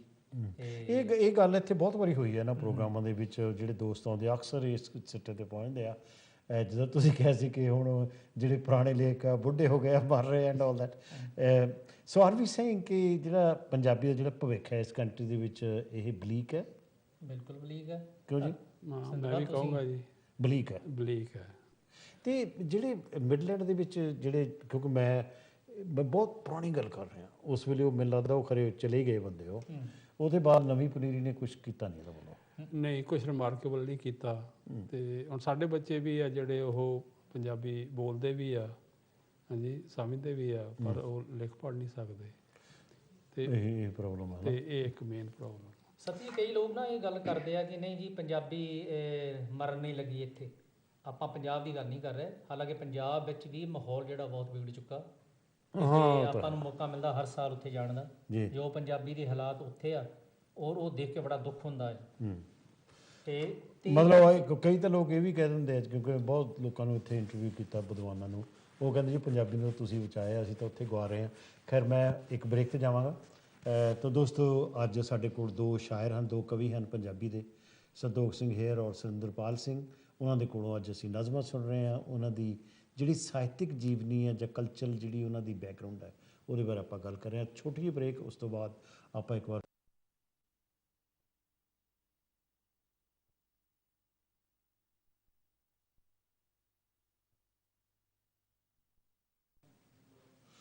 ਦੋਸਤੋ welcome back to MA TV studio. ਅੱਜ ਅਸੀਂ ਦੋ ਸ਼ਾਇਰ ਹੈਗੇ ਨੇ, ਕਵੈਂਟਰੀ ਤੋਂ ਆਏ ਨੇ, ਉਹਨਾਂ ਨਾਲ ਗੱਲਬਾਤ ਕਰ ਰਹੇ ਹਾਂ, ਉਹਨਾਂ ਦੀਆਂ ਕਵਿਤਾਵਾਂ ਸੁਣ ਰਹੇ ਹਾਂ। ਆਪਣੇ ਸੁਰਿੰਦਰਪਾਲ, ਇੱਕ ਹੋਰ ਗਜ਼ਲ ਸੁਣਾਓ ਤੁਸੀਂ ਜਿਹੜੀ ਤੁਹਾਨੂੰ ਆਪ ਚੰਗੀ ਲੱਗਦੀ ਹੋਵੇ। ਸਾਥੀ ਸਾਹਿਬ, ਮੈਂ ਇੱਕ ਤੁਹਾਡੀ ਗਜ਼ਲ ਤੋਂ ਬਹੁਤ ਪ੍ਰਭਾਵਿਤ ਹੋਇਆ, ਜਿਹੜੀ ਕਿ ਪਰਦੇਸੀ ਹੁਣੀ ਗਾਈ ਆ। ਸ਼ੀਸ਼ੇ ਦੀਆਂ ਦੀਵਾਰਾਂ ਦੇ ਵਿੱਚ ਬੈਠੇ ਆ, ਜੱਗ ਦੀਆਂ ਸਿੱਧੀਆਂ ਮਾਰਾਂ ਦੇ ਵਿੱਚ ਬੈਠੇ ਆ। ਕਿਆ ਤੇਰੇ ਬਾਝੋਂ ਡਾਢੇ ਹਾਂ ਕੰਗਾਲ ਅਸੀਂ, ਹਾਂ, ਭਾਵੇਂ ਅਸੀਂ ਹਜ਼ਾਰਾਂ ਦੇ ਵਿੱਚ ਬੈਠੇ। Very good, very good. ਉਹ ਮੇਰੇ ਦਿਮਾਗ 'ਚ ਹਰ ਵੇਲਾ ਰਹਿੰਦੀ ਸੀ ਤੇ ਮੈਂ ਉਹ ਤੋਂ ਪ੍ਰਭਾਵਿਤ ਹੋ ਕੇ ਕੁਝ ਲਾਈਨਾਂ ਲਿਖੀਆਂ ਸੀਗੀਆਂ। ਠੀਕ ਹੈ। ਆਸਾਂ ਦੀ ਆੜ ਦੇ ਵਿੱਚ ਬੈਠੇ ਹਾਂ, ਉਹ ਲਾਉਣਗੇ ਗਲ ਤਾੜ ਦੇ ਵਿੱਚ ਬੈਠੇ ਹਾਂ, ਚਾਹੁੰਦੇ ਹੋਏ ਵੀ ਅਸੀਂ ਨਾ ਮਿਲ ਸਕੇ, ਐਸੀ ਚੰਦਰੀ ਪਾੜ ਦੇ ਵਿੱਚ ਬੈਠੇ ਹਾਂ, ਕਰ ਰਹੇ ਹਾਂ ਆਸ ਸੂਹੇ ਫੁੱਲ ਦੀ, ਸੁੱਕੀ ਹੋਈ ਝਾੜ ਦੇ ਵਿੱਚ ਬੈਠੇ ਹਾਂ, ਦੇਖਣੇ ਨੂੰ ਦਿਸਦੀ ਹੈ ਹਰੀ ਭਰੀ, ਕੰਡੇ ਵਾਲੀ ਵਾੜ ਦੇ ਵਿੱਚ ਬੈਠੇ ਹਾਂ। ਸ਼ੇਰ ਹੈ ਕਿ ਅੱਛਾ, ਸੱਜਣਾ ਲਈ ਸੀ ਸਜਾਈਆਂ ਮਹਿਫਲਾਂ, ਪਰ ਤਿਗਾਣੀ ਧਾੜ ਦੇ ਵਿੱਚ ਬੈਠੇ ਆ। ਸੱਜਣਾ ਲਈ ਸੀ ਸਜਾਈਆਂ ਮਹਿਫਲਾਂ, ਪਰ ਤਿਗਾਣੀ ਧਾੜ ਦੇ ਵਿੱਚ ਬੈਠੇ ਹਾਂ। ਫਿਰ ਮਿਲਾਂਗੇ ਆਖ ਕੇ ਉਹ ਤੁਰ ਗਏ, ਅਸੀਂ ਲਛਮਣ ਕਾਰ ਦੇ ਵਿੱਚ ਬੈਠੇ ਆ। ਫਿਰ ਮਿਲਾਂਗੇ ਆਖ ਕੇ ਉਹ ਤੁਰ ਗਏ, ਅਸੀਂ ਲਛਮਣ ਕਾਰ ਦੇ ਵਿੱਚ ਬੈਠੇ ਹਾਂ। ਆਸਾਂ ਦੀ ਆੜ ਦੇ ਵਿੱਚ ਬੈਠੇ ਆ, ਉਹ ਲਾਉਣਗੇ ਗਲ ਤਾੜ ਦੇ ਵਿੱਚ। ਵਾਹ ਜੀ ਵਾਹ। ਉਹ ਮੈਨੂੰ ਉਹਦਾ ਇੱਕ ਹੋਰ ਸ਼ੇਰ ਯਾਦ ਆ ਗਿਆ, ਤੇਰੀ ਖਾਤਰ ਹੱਸਦੇ ਆ ਫੁੱਲਾਂ ਦੇ ਵਾਂਗ। ਹਾਂ, ਵੈਰੀ ਗੁੱਡ। ਅਸੀਂ ਤਾਂ ਵਰਨਾ ਖਾਰਾਂ ਦੇ ਵਿੱਚ ਬੈਠੇ, ਬੈਠੇ ਇੱਥੇ ਬੈਠੇ ਆ, ਅਸੀਂ ਤਾਂ ਵਰਨਾ ਖਾਰਾਂ ਦੇ ਵਿੱਚ ਬੈਠੇ। ਦੋ ਤਾਂ ਇੱਥੇ ਬੈਠੇ ਆ, ਪਤਾ ਨਹੀਂ ਕਿੰਨੇ ਹੋਣੇ। ਓਕੇ ਜੀ, ਤੁਸੀਂ ਹਾਂਜੀ ਹਾਂਜੀ, ਗਜ਼ਲ ਸਾਥੀ ਇੱਕ ਹੋਰ ਮੈਂ ਫਿਰ ਤਰਨਨ ਦੇ ਵਿੱਚ ਹੀ ਜੀ, ਯਾਦ ਆਤਾ। ਕੋਈ ਨਹੀਂ, ਬੜਾ ਅੱਛਾ। ਚਲੋ ਤੁਸੀਂ ਕਿਸੇ ਇਸ਼ਕ ਮਿਜ਼ਾਜ ਦੀ ਕੋਈ ਗੱਲ ਕਰਦੇ ਹਾਂ। ਬੁਜ਼ਦਿਲ ਨਾ ਮੈਨੂੰ ਸਮਝ ਲਈ, ਬੁਜ਼ਦਿਲ ਨਾ ਮੈਨੂੰ ਸਮਝ ਲਈ, ਅੱਗ ਵਿੱਚ ਨਹਾ ਕੇ ਆਇਆ ਹਾਂ, ਇੱਕ ਤੇ ਸਬਰ ਦਾ ਬੋਝ ਪਾ ਤੇਰੇ ਖਤ ਜਲਾ ਕੇ ਆਇਆ ਹਾਂ। ਬੁਜ਼ਦਿਲ ਨਾ ਮੈਨੂੰ ਸਮਝ ਲਈ, ਅੱਗ ਵਿੱਚ ਨਹਾ ਕੇ ਆਇਆ ਹਾਂ, ਇੱਕ ਤੇ ਸਬਰ ਦਾ ਬੋਝ ਪਾ ਤੇਰੇ ਖਤ ਜਲਾ ਕੇ ਆਇਆ ਹਾਂ। ਐ ਬਿਜਲੀਓ ਨਾ ਦੋਸ਼ ਆਪਣੇ ਆਪ ਨੂੰ ਦੇਣਾ ਤੁਸੀਂ, ਐ ਬਿਜਲੀਓ ਨਾ ਦੋਸ਼ ਆਪਣੇ ਆਪ ਨੂੰ ਦੇਣਾ ਤੁਸੀਂ, ਅੱਜ ਫਿਰ ਮੈਂ ਹੱਥੀਂ ਆਪਣੇ ਝੱਖੜ ਚੁਲਾ ਕੇ ਆਇਆ ਹਾਂ। ਬਹੁਤ ਅੱਛੇ, ਬਹੁਤ ਸੋਹਣੇ। ਵਾਹ ਜੀ। ਨਾ ਖਿਆਲਾਂ ਦੇ ਸਫੇ ਤੇ ਸੁਪਨਿਆਂ ਦੇ ਪਰ ਸਜਾ, ਨਾ ਖਿਆਲਾਂ ਦੇ ਸਫੇ ਤੇ ਸੁਪਨਿਆਂ ਦੇ ਪਰ ਸਜਾ, ਬੇਸਬਰ ਦਿਲ ਨੂੰ ਸਬਰ ਦੇ ਗੱਲ ਲਗਾ ਕੇ ਆਇਆ ਹਾਂ। ਬਹੁਤ ਸੋਹਣਾ। ਬੇਸਬਰ ਦਿਲ ਨੂੰ ਸਬਰ ਦੇ ਗੱਲ ਲਗਾ ਕੇ ਆਇਆ ਹਾਂ, ਬੇਸਬਰ ਦਿਲ ਨੂੰ ਸਬਰ ਦੇ ਗੱਲ ਲਗਾ ਕੇ ਵਾਹ ਜੀ ਆਇਆ ਵਾਹ ਹਾਂ। ਵਾਹ। ਹੋ ਕੇ ਹਾਵੇ ਦਰਦ ਸ਼ਿਕਵੇ ਤਲਖੀਆਂ ਮਾਯੂਸੀਆਂ, ਹੋ ਕੇ ਹਾਵੇ ਦਰਦ ਸ਼ਿਕਵੇ ਤਲਖੀਆਂ ਮਾਯੂਸੀਆਂ, ਤੇ ਹੰਝੂਆਂ ਨੂੰ ਹਾਸਿਆਂ ਓਲੇ ਛੁਪਾ ਕੇ ਆਇਆ ਹਾਂ। ਵਾਹ ਜੀ ਵਾਹ। ਹਾਂ। ਸੋਖਾ ਤਾਂ ਮੇਰਾ ਆਪਣਾ ਦਿਲਦਾਰ ਸੀ ਹਮਰਾਜ਼ ਸੀ, ਸੋਖਾ ਤਾਂ ਮੇਰਾ ਆਪਣਾ ਦਿਲਦਾਰ ਸੀ ਹਮਰਾਜ਼ ਸੀ, ਉਸ ਦੀ ਚਿਖਾ ਨੂੰ ਦੋਸਤੋ ਲਾਂਬੂ ਲਗਾ ਕੇ ਆਇਆ ਹਾਂ, ਉਸ ਦੀ ਚਿਖਾ ਨੂੰ ਦੋਸਤੋ ਲਾਂਬੂ ਲਗਾ ਕੇ ਆਇਆ ਹਾਂ, ਉਸ ਦੀ ਚਿਖਾ ਨੂੰ ਦੋਸਤੋ ਲਾਂਬੂ ਲਗਾ ਕੇ ਇੱਥੇ ਇੱਕ ਹਾਸੇ ਦੀ ਗੱਲ ਸੁਣਾਉਂਦੇ ਆ। ਉਹ ਕਿਸੇ ਨੇ ਕਿਹਾ ਕਿ ਮਹਿਬੂਬ ਦੇ ਸਾਰੇ ਖਾਤਮਾ ਸਾੜ ਦਿੱਤੇ। ਅੱਛਾ। ਉਹ ਅਸੀਂ ਸੋਚੀਏ ਵੀ ਰੋਦਾ ਫਿਰ ਵੀ ਹੈ ਨਹੀਂ। ਦੇਖੋ ਮਹਿਬੂਬ ਦੇ ਖਤ ਸਾੜਨੇ ਕੋਈ ਛੋਟੀ ਗੱਲ ਹੈ। ਕਹਿੰਦੇ ਉਹਨੂੰ ਡੇਟਾਬੇਸ ਤੇ ਚੜ੍ਹ ਲਿਆ ਔਰ ਸਕੈਨ ਕਰਕੇ ਕਰ ਜਵਾਬ ਤੇ ਇਹਨੇ ਵੀ ਇਦਾਂ ਕੀਤਾ ਹੋਣਾ। ਉਹ ਕਹਿੰਦਾ ਮੈਨੂੰ ਨਹੀਂ ਲੱਗਦਾ ਚਲਾਇਆ। ਤੁਹਾਨੂੰ ਦੇਖ ਕੇ ਰੋਕ ਕਿੱਦਾਂ ਸਕਦਾ ਕੋਈ? ਤੁਹਾਡੇ ਚਿਹਰੇ ਵੱਲ ਦੇਖਦੇ ਮੈਂ ਪੜ੍ਹ ਰਿਹਾ ਔਰ ਤੁਸੀਂ ਹੱਸ ਰਹੇ ਹੋ। ਬੰਦਾ ਰੋਕ ਮੈਂ ਸੋਚਦਾ ਸੀ, ਮੈਂ ਕਿਹਾ ਇਹ ਲੱਗਦਾ ਨਹੀਂ ਬੰਦਾ ਲੱਗਦਾ ਨਹੀਂ ਖਤ ਚਲਾ ਗਿਆ ਇਹ ਡੇਟਾਬੇਸ ਤੇ ਆ ਗਿਆ। ਓਕੇ ਤੁਸੀਂ ਜੀ। ਹਾਂਜੀ ਹਾਂਜੀ। ਮੈਂ ਇਹੋ ਜਿਹੀ ਇੱਕ ਚੀਜ਼ ਤੁਹਾਨੂੰ ਕੁਇਕ ਵਨ ਸੁਣਾਉਣਾ। ਹਾਂ। ਰੂਹ ਦਾ ਸੇਕ। ਮੈਂ ਜਿਹੜੀ ਸ਼ਾਇਦ ਬੁੱਕ ਲਿਖਾਂ ਉਹਦਾ ਹੈਡਿੰਗ ਵੀ ਇਹੀ ਹੋਵੇ। ਜੀ। ਤੂੰ ਮੈਨੂੰ ਇੰਨਾ ਵੀ ਪਿਆਰ ਨਾ ਕਰ ਕਿ ਮੈਂ ਰੁੱਸ ਨਾ ਸਕਾਂ, ਨਜ਼ਰਾਂ ਚੋਂ ਇੰਨਾ ਵੀ ਨਾ ਗਿਰਾ ਕਿ ਉੱਠ ਨਾ ਸਕਾਂ। ਵਾਹ ਵਾਹ ਵਾਹ, ਬਹੁਤ ਵਧੀਆ। ਗਿਲਾ ਸ਼ਿਕਵਾ ਕਰ ਜੀ ਸਦਕੇ, ਹਾਂ ਸ਼ਿਕਾਇਤ ਦੀ ਤਰ੍ਹਾਂ ਹਾਂ ਹਾਕਮ ਦੀ ਤਰ੍ਹਾਂ ਹਦਾਇਤ ਨਾ ਕਰ ਹਾਂ ਕਿ ਝੁਕ ਨਾ ਸਕਾਂ। Good one. ਤੂੰ ਮੈਨੂੰ ਨਿਤਾਰ ਲੈ, ਪੁਣ ਲੈ ਭਾਵੇਂ ਪਾਣੀ ਦੀ ਤਰ੍ਹਾਂ, ਪਰ ਰੇਤ ਦੀ ਤਰ੍ਹਾਂ ਨਾ ਛਾਣ ਕਿ ਮੁੱਠੀ ਪਰ ਹੋ ਨਾ ਸਕਾਂ। ਵਾਹ ਸਗੋਂ ਕਿਰਦਾ ਕਿਰਦਾ ਕਿਰ ਜਾਵਾਂ ਰੇਤ ਘੜੀ ਦੀ ਤਰ੍ਹਾਂ। ਵਾਹ। ਤੇ ਹਰ ਵਾਰ ਮੈਨੂੰ ਉਲਟਾ ਕੇ ਪੜਿਆ ਜਾਵੇ ਸਿਰ ਪਰ ਨੇ, ਸਿਰਫ ਸਮੇਂ ਨੂੰ ਚੱਲਦਾ ਰੱਖਣ ਲਈ। ਹਾਂ ਹਾਂ। ਕਿਤੇ ਅਜਿਹਾ ਨਾ ਹੋਵੇ ਕਿ ਮੈਂ ਭੁੱਲ ਜਾਵਾਂ ਸਮੇਂ ਦੇ ਇਸ ਗੋਲ ਚੱਕਰ ਅੰਦਰ ਆਪਣੇ ਹੀ ਸਿਰ ਪੈਰਾਂ ਦੀ ਪਹਿਚਾਣ। ਮੈਂ ਕੋਈ ਮਿੱਟੀ ਦਾ ਮਾਧੋ ਨਹੀਂ, ਪਾਣੀ ਦਾ ਪੁਤਲਾ। ਮੈਂ ਕੋਈ ਮਿੱਟੀ ਦਾ ਮਾਧੋ ਨਹੀਂ, ਪਾਣੀ ਦਾ ਪੁਤਲਾ ਹਾਂ। ਤੂੰ ਮੈਨੂੰ ਰੂਹ ਦਾ ਸੇਕ ਦਈ ਤਾਂ ਜੋ ਮੈਂ ਖੌਲਾਂ ਖੇਡਾਂ, ਉੱਚਾ ਹੋਰ ਉੱਚਾ ਉੱਠਣ ਨੂੰ ਕਰਾਂ। ਭਾਫ ਨਵਾਂ ਰੂਹ ਬਣ ਵਿਖਰ ਜਾਵਾਂ ਚਾਰੋਂ ਤਰਫ, ਜਾਂ ਫਿਰ ਕਾਲਾ ਚਿੱਟਾ ਬੱਦਲ ਬਣ ਜਾਵਾਂ। ਹਵਾਵਾਂ ਸੰਗ ਦੌੜ ਲਾਵਾਂ, ਸੂਰਜਾਂ ਸੰਗ ਧੁੱਪ ਛਾਂ ਦੀ ਖੇਡ ਖੇਡਾਂ। ਛਾਂ ਕਰ ਤੈਨੂੰ ਨਿਹਾਰਾਂ, ਧੁੱਪ ਛੱਡ ਤੇਰੇ ਨਕਸ਼ ਨਿਖਾਰਾਂ। ਐ ਪਰ ਜੇ ਮਾਰਿਆ ਔੜਾਂ ਕਿਤੇ ਨਾ ਬੌੜਾਂ, ਤਾਂ ਫਿਰ ਕੀ ਕਰੀ, ਫਿਰ ਤੂੰ ਕੀ ਕਰੀ, ਪਪੀਹਾ ਬਣ ਜਾਈ। ਇੰਨਾ ਬਿਨਾਂ ਕੋ ਲਾਈ ਕਿ ਮੈਂ ਖੁਦਾ ਬਣ ਬੈਠਾ, ਤੇ ਨਾ ਹੀ ਇੰਨਾ ਭੁਲਾ ਬੈਠੀ ਕਿ ਮੈਂ ਕੁਛ ਕਰ ਬੈਠਾ। ਬਸ ਰੂਹ ਦਾ ਸੇਕ ਯਾਦ ਰੱਖੀ, ਅਜਿਹਾ ਨਾ ਹੋਵੇ ਮੈਂ ਕਿਧਰੇ ਪਾਣੀ ਪਾਣੀ ਹੋਇਆ ਹੋਵਾਂ ਤੇ ਨੀਵੇਂ ਬਾਹਰ ਰੁੜ ਜਾਵਾਂ। ਵਾਹ, ਬਹੁਤ ਖੂਬ। ਇਦਾਂ ਲੱਗਾ ਜਦੋਂ ਨਾ ਘਰ ਵਾਲੀ ਨੂੰ ਬਦਾਵਾ ਦੇ ਕੇ ਚੱਲੇ ਹੁੰਦੇ ਆ। ਨਾ ਨਾ ਜੀ ਨਾ, ਸੁੱਖਾ ਸੁੱਖੋ ਜੀ, ਐਦਾਂ ਦੀਆਂ ਮਦਵਾ ਕਹਿੰਦੀ ਉਹ ਸਾਡੇ ਨਹੀਂ ਐਸੀ ਗੱਲ ਨਹੀਂ। ਉਹ ਤਾਂ ਸ਼ੁਕਰ ਹੈ। ਨਹੀਂ ਬਹੁਤ ਅੱਛੀ ਹੈ ਜੀ, ਬਹੁਤ ਵਧੀਆ। ਕੋਈ ਗਜ਼ਲ ਦੇ 3-4 ਸ਼ੇਅਰ ਸੁਣਾ ਦਿਓ ਲੱਗਦੇ ਆ।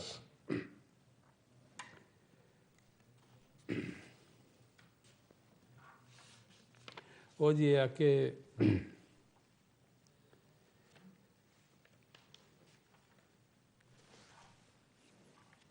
ਲਿਖਿਆ ਨਹੀਂ ਹੋਣਾ। ਸੱਚ ਦਾ ਇਜ਼ਹਾਰ ਕਰਕੇ ਬਹਿ ਗਿਆ, ਹਾਂ ਹਾਂ ਉੱਚੀ ਬੋਲੋ। ਸੱਚ ਦਾ ਇਜ਼ਹਾਰ ਕਰਕੇ ਬਹਿ ਗਿਆ, ਮੈਂ ਇੱਕ ਹੀ ਯਾਰ ਕਰਕੇ ਬਹਿ ਗਿਆ। ਬਹੁਤ ਅੱਛਾ, ਬਹੁਤ ਅੱਛਾ ਬੱਚਾ। ਬਹੁਤ ਵਧੀਆ। ਸੱਚ ਦਾ ਇਜ਼ਹਾਰ ਕਰਕੇ ਬਹਿ ਗਿਆ, ਮੈਂ ਇੱਕ ਹੀ ਯਾਰ ਕਰਕੇ ਯਾਰ ਬਹਿ ਗਿਆ। ਕਰਕੇ ਬਹਿ ਗਿਆ। ਦੁਸ਼ਮਣੀ ਦੀ ਗੱਲ ਤਾਂ ਦੂਰ ਰਹੀ, ਦੋਸਤੀ ਤੇ ਵਾਰ ਕਰਕੇ ਬਹਿ ਗਿਆ। ਵਾਹ ਵਾਹ ਵਾਹ ਵਾਹ। ਮੈਂ ਇੱਕ ਹੀ ਯਾਰ ਕਰਕੇ ਬਹਿ ਗਿਆ। ਸ਼ਰੇਆਮ ਅਨਹਲ ਹਕ ਆਖੇ, ਲੱਗਦਾ ਮੈਂ ਗੁਨਾਹ ਕਰਕੇ ਬਹਿ ਗਿਆ। ਠਾਕਰਾਂ ਦੀ ਪੂਜਾ ਹੁੰਦੀ ਵੇਖ ਕੇ, ਪੱਥਰਾਂ ਸੰਗ ਪਿਆਰ ਕਰਕੇ ਬਹਿ ਗਿਆ। ਵਾਹ ਜੀ ਵਾਹ ਵਾਹ ਵਾਹ। ਠਾਕਰਾਂ ਦੀ ਪੂਜਾ ਹੁੰਦੀ ਵੇਖ ਕੇ, ਪੱਥਰਾਂ ਸੰਗ ਪਿਆਰ ਕਰਕੇ ਬਹਿ ਗਿਆ। ਪਿਆਰ ਮੇਰੇ ਦੀ ਰਹੀ ਇਹੋ ਤਰਾਸਗੀ, ਖਾਮ ਖਾ ਇਲਜ਼ਾਮ ਲੈ ਕੇ ਬਹਿ ਗਿਆ। ਸੱਚ ਦਾ ਇਜ਼ਹਾਰ ਕਰਕੇ ਬਹਿ ਗਿਆ, ਮੈਂ ਇੱਕ ਹੀ ਯਾਰ ਕਰਕੇ ਬਹਿ ਗਿਆ। ਬਹੁਤ ਅੱਛਾ, ਬਹੁਤ ਅੱਛਾ। ਹਾਂਜੀ ਗਜ਼ਲ ਹੋ ਜਾਏ। ਹਾਂਜੀ, ਮਿੰਟ ਆਪਣੇ ਕੋਲ ਗਿਣਵੇਂ ਬਸ ਠੀਕ ਆ। ਜਾਂ ਮੈਂ ਸਾਥੀ ਕਰਨ ਦੀ ਕੋਸ਼ਿਸ਼ ਕਰਦਾ। ਦਿਲਾਸਾ ਦੇ ਕੇ ਜੇ ਹਮਦਰਦੀ ਜ਼ਾਹਿਰ ਕਰ ਗਏ ਹੁੰਦੇ, ਤਾਂ ਇਹ ਜ਼ਖਮ ਸਾਰੇ ਦੇਰ ਪਹਿਲਾਂ ਪਰ ਗਏ ਹੁੰਦੇ। ਜ਼ਰਾ ਵੀ ਦੋਸਤੋ ਆਪਣਤ ਦੀ ਉਮੀਦ ਜੇ ਹੁੰਦੀ, ਅਸੀਂ ਵੀ ਸਿਤਮ ਸਾਰੇ ਚੁੱਪ ਚੁਪੀਤੇ ਜ਼ਰ ਗਏ ਹੁੰਦੇ। ਖਾ ਕੇ ਠੋਕਰਾਂ ਉੱਠੇ ਡਿਗੇ ਉੱਠੇ ਪਰ ਨਾ ਜੇ ਰੁਕਦੇ, ਅਜਿਹੇ ਆਦਮੀ ਕਈ ਮੰਜ਼ਿਲਾਂ ਕਰ ਸਰ ਗਏ ਹੁੰਦੇ। ਟਾਣੀ ਨਾਲੋਂ ਟੁੱਟੇ ਪੱਤਿਆਂ ਸੰਗ ਰੁਲ ਹੀ ਜਾਣਾ ਸੀ, ਅਸੀਂ ਵੀ ਨੇਰੀਆਂ ਚਖੜਾਂ ਤੋਂ ਜੇਕਰ ਡਰ ਗਏ ਹੁੰਦੇ। ਉਹਨਾਂ ਦੇ ਵੀ ਸਿਰਾਂ ਤੇ ਸ਼ਮਲਿਆਂ ਨੇ ਸ਼ਾਨ ਸੀ ਵਣਨਾ, ਪੈਰਾਂ ਵਿੱਚ ਰੋਲ ਜੇ ਪਗੜੀ ਤੁਸੀਂ ਨਾ ਕਰ ਗਏ ਹੁੰਦੇ। ਤੁਸੀਂ ਵੀ ਗੀਤ ਵਣ ਸਾਡੇ ਲਵਾਂ ਤੇ ਪਰਤ ਆਉਣਾ ਸੀ, ਜੇ ਸੋਹਣੀ ਤੇ ਕੜੇ ਵਾਂਗੂ ਡੁੱਬੇ ਜਾਂ ਖਰ ਗਏ ਹੁੰਦੇ। ਗੀਤਾ ਨਜ਼ਮਾਂ ਤਨਹਾਈ ਚ ਸਨਮੁਖ ਆਖ ਲੋਣਾ ਸੀ, ਗੀਤਾ ਨਜ਼ਮਾਂ ਤਨਹਾਈ ਚ ਸਨਮੁਖ ਆਖ ਲੋਣਾ ਸੀ। ਅਸੀਂ ਵੀ ਸੋਖਿਆ ਜਿੱਤ ਕੇ ਜਵਾਜੀ ਹਰ ਗਏ ਹੁੰਦੇ। ਹਜੇ ਉਮੀਦ ਹੈਗੀ ਆ, ਉਹ ਤਾਂ ਹਰੇਗੀ ਹੈ। ਸਾਥੀ ਜਲਦੀ ਕਰਨ ਦੇ ਵਿੱਚ ਹੋਰ ਇੱਕ ਸੁਣਾ ਲਓ। ਇੱਕ ਗਜ਼ਲ ਹੋ ਜਾਏ ਜਾਂ ਕੁਝ ਵੀ ਹੋ ਜਾਏ, ਕਵਿਤਾ ਨਾਲੋਂ ਗਜ਼ਲ ਠੀਕ ਹੈ। ਇੱਕ ਗਜ਼ਲ ਆਪਾਂ ਹੋਰ ਸਾਂਝੀ ਕਰ ਲਏ। ਵੈਸੇ ਇੱਕ ਛੋਟੀ ਜੀ ਨਜ਼ਮ ਆ, ਬਸ ਜਿਹੜੀ 1 ਮਿੰਟ ਦੇ ਵਿੱਚ ਹੋ ਸਕਦੀ ਹੈ। 1 ਮਿੰਟ ਦੇ ਵਿੱਚ ਹੋ ਸਕਦੀ। 1 ਮਿੰਟ ਚਲੋ। ਹਾਂਜੀ।